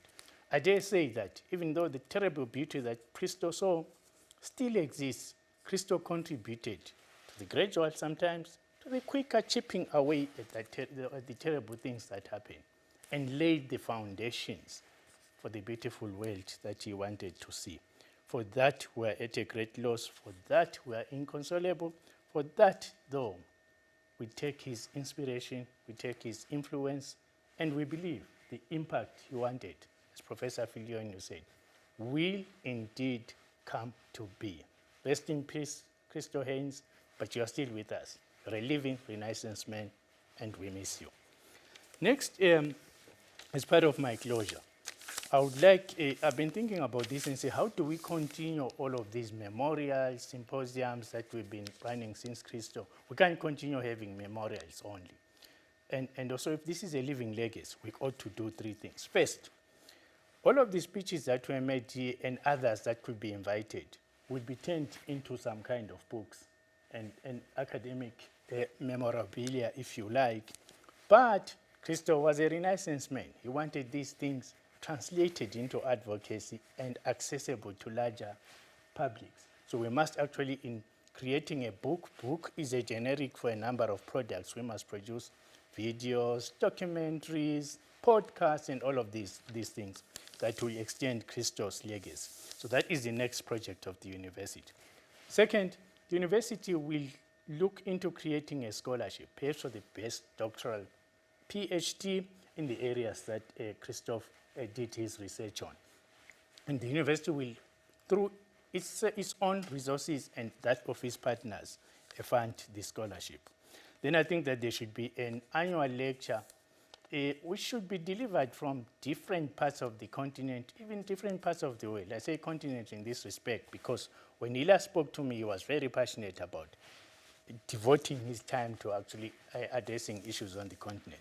An annual lecture, perhaps held before the night before the moot happens, in honor of Christof Heyns as part of his living legacy and a Renaissance man who was in a hurry to change the world as we know it. Then let me also end here by a few thank yous. Ferica, thank you very much for sitting through this whole symposium, The Living Legacies of Christof Heyns, who you know more than all of us. And also thank you for giving to the rest of humanity, because it did take from some of your time with him. But as you rightly said, you went along with him. Because if you live with you are married to a Renaissance man, you have to move with his quest to create a better world. So thank you very much to you and your children and your extended family, and to the young man who is the grandson. Then, of course, I would like to thank each and all of the speakers that spoke here today. Absolutely inspiring. I have a whole page of notes myself from what everybody said, and all of the things that are in my closing are an attempt to weave together what everybody said. Very much appreciated. This came, of course, at short notice to you. You did lots of preparations, and I thank you for your time. Then third, I would like to thank you, Abigail Nyoko, and thanks for taking my call on the day that I was conceiving this and the conversation we had. And also all of your efforts in mobilizing your colleagues at the UN and managing to bring the book that you got to the family. In my various discussions in the last few weeks with you, you have put in a lot of your own time into it. Then, of course, to my two co-conspirators in the university, Professor Skuman, the Dean, and Professor Franz Viljoen, I know how much effort you put into ensuring that the symposium will happen, and the number of WhatsApps you got from me and emails wanting the program, like yesterday. And well, the same, I think, was the same kind of insistent demands were made to Abigail. So thank you very much for that. But here we are today, able to honor a Renaissance man who was in a hurry to change the world as we know it.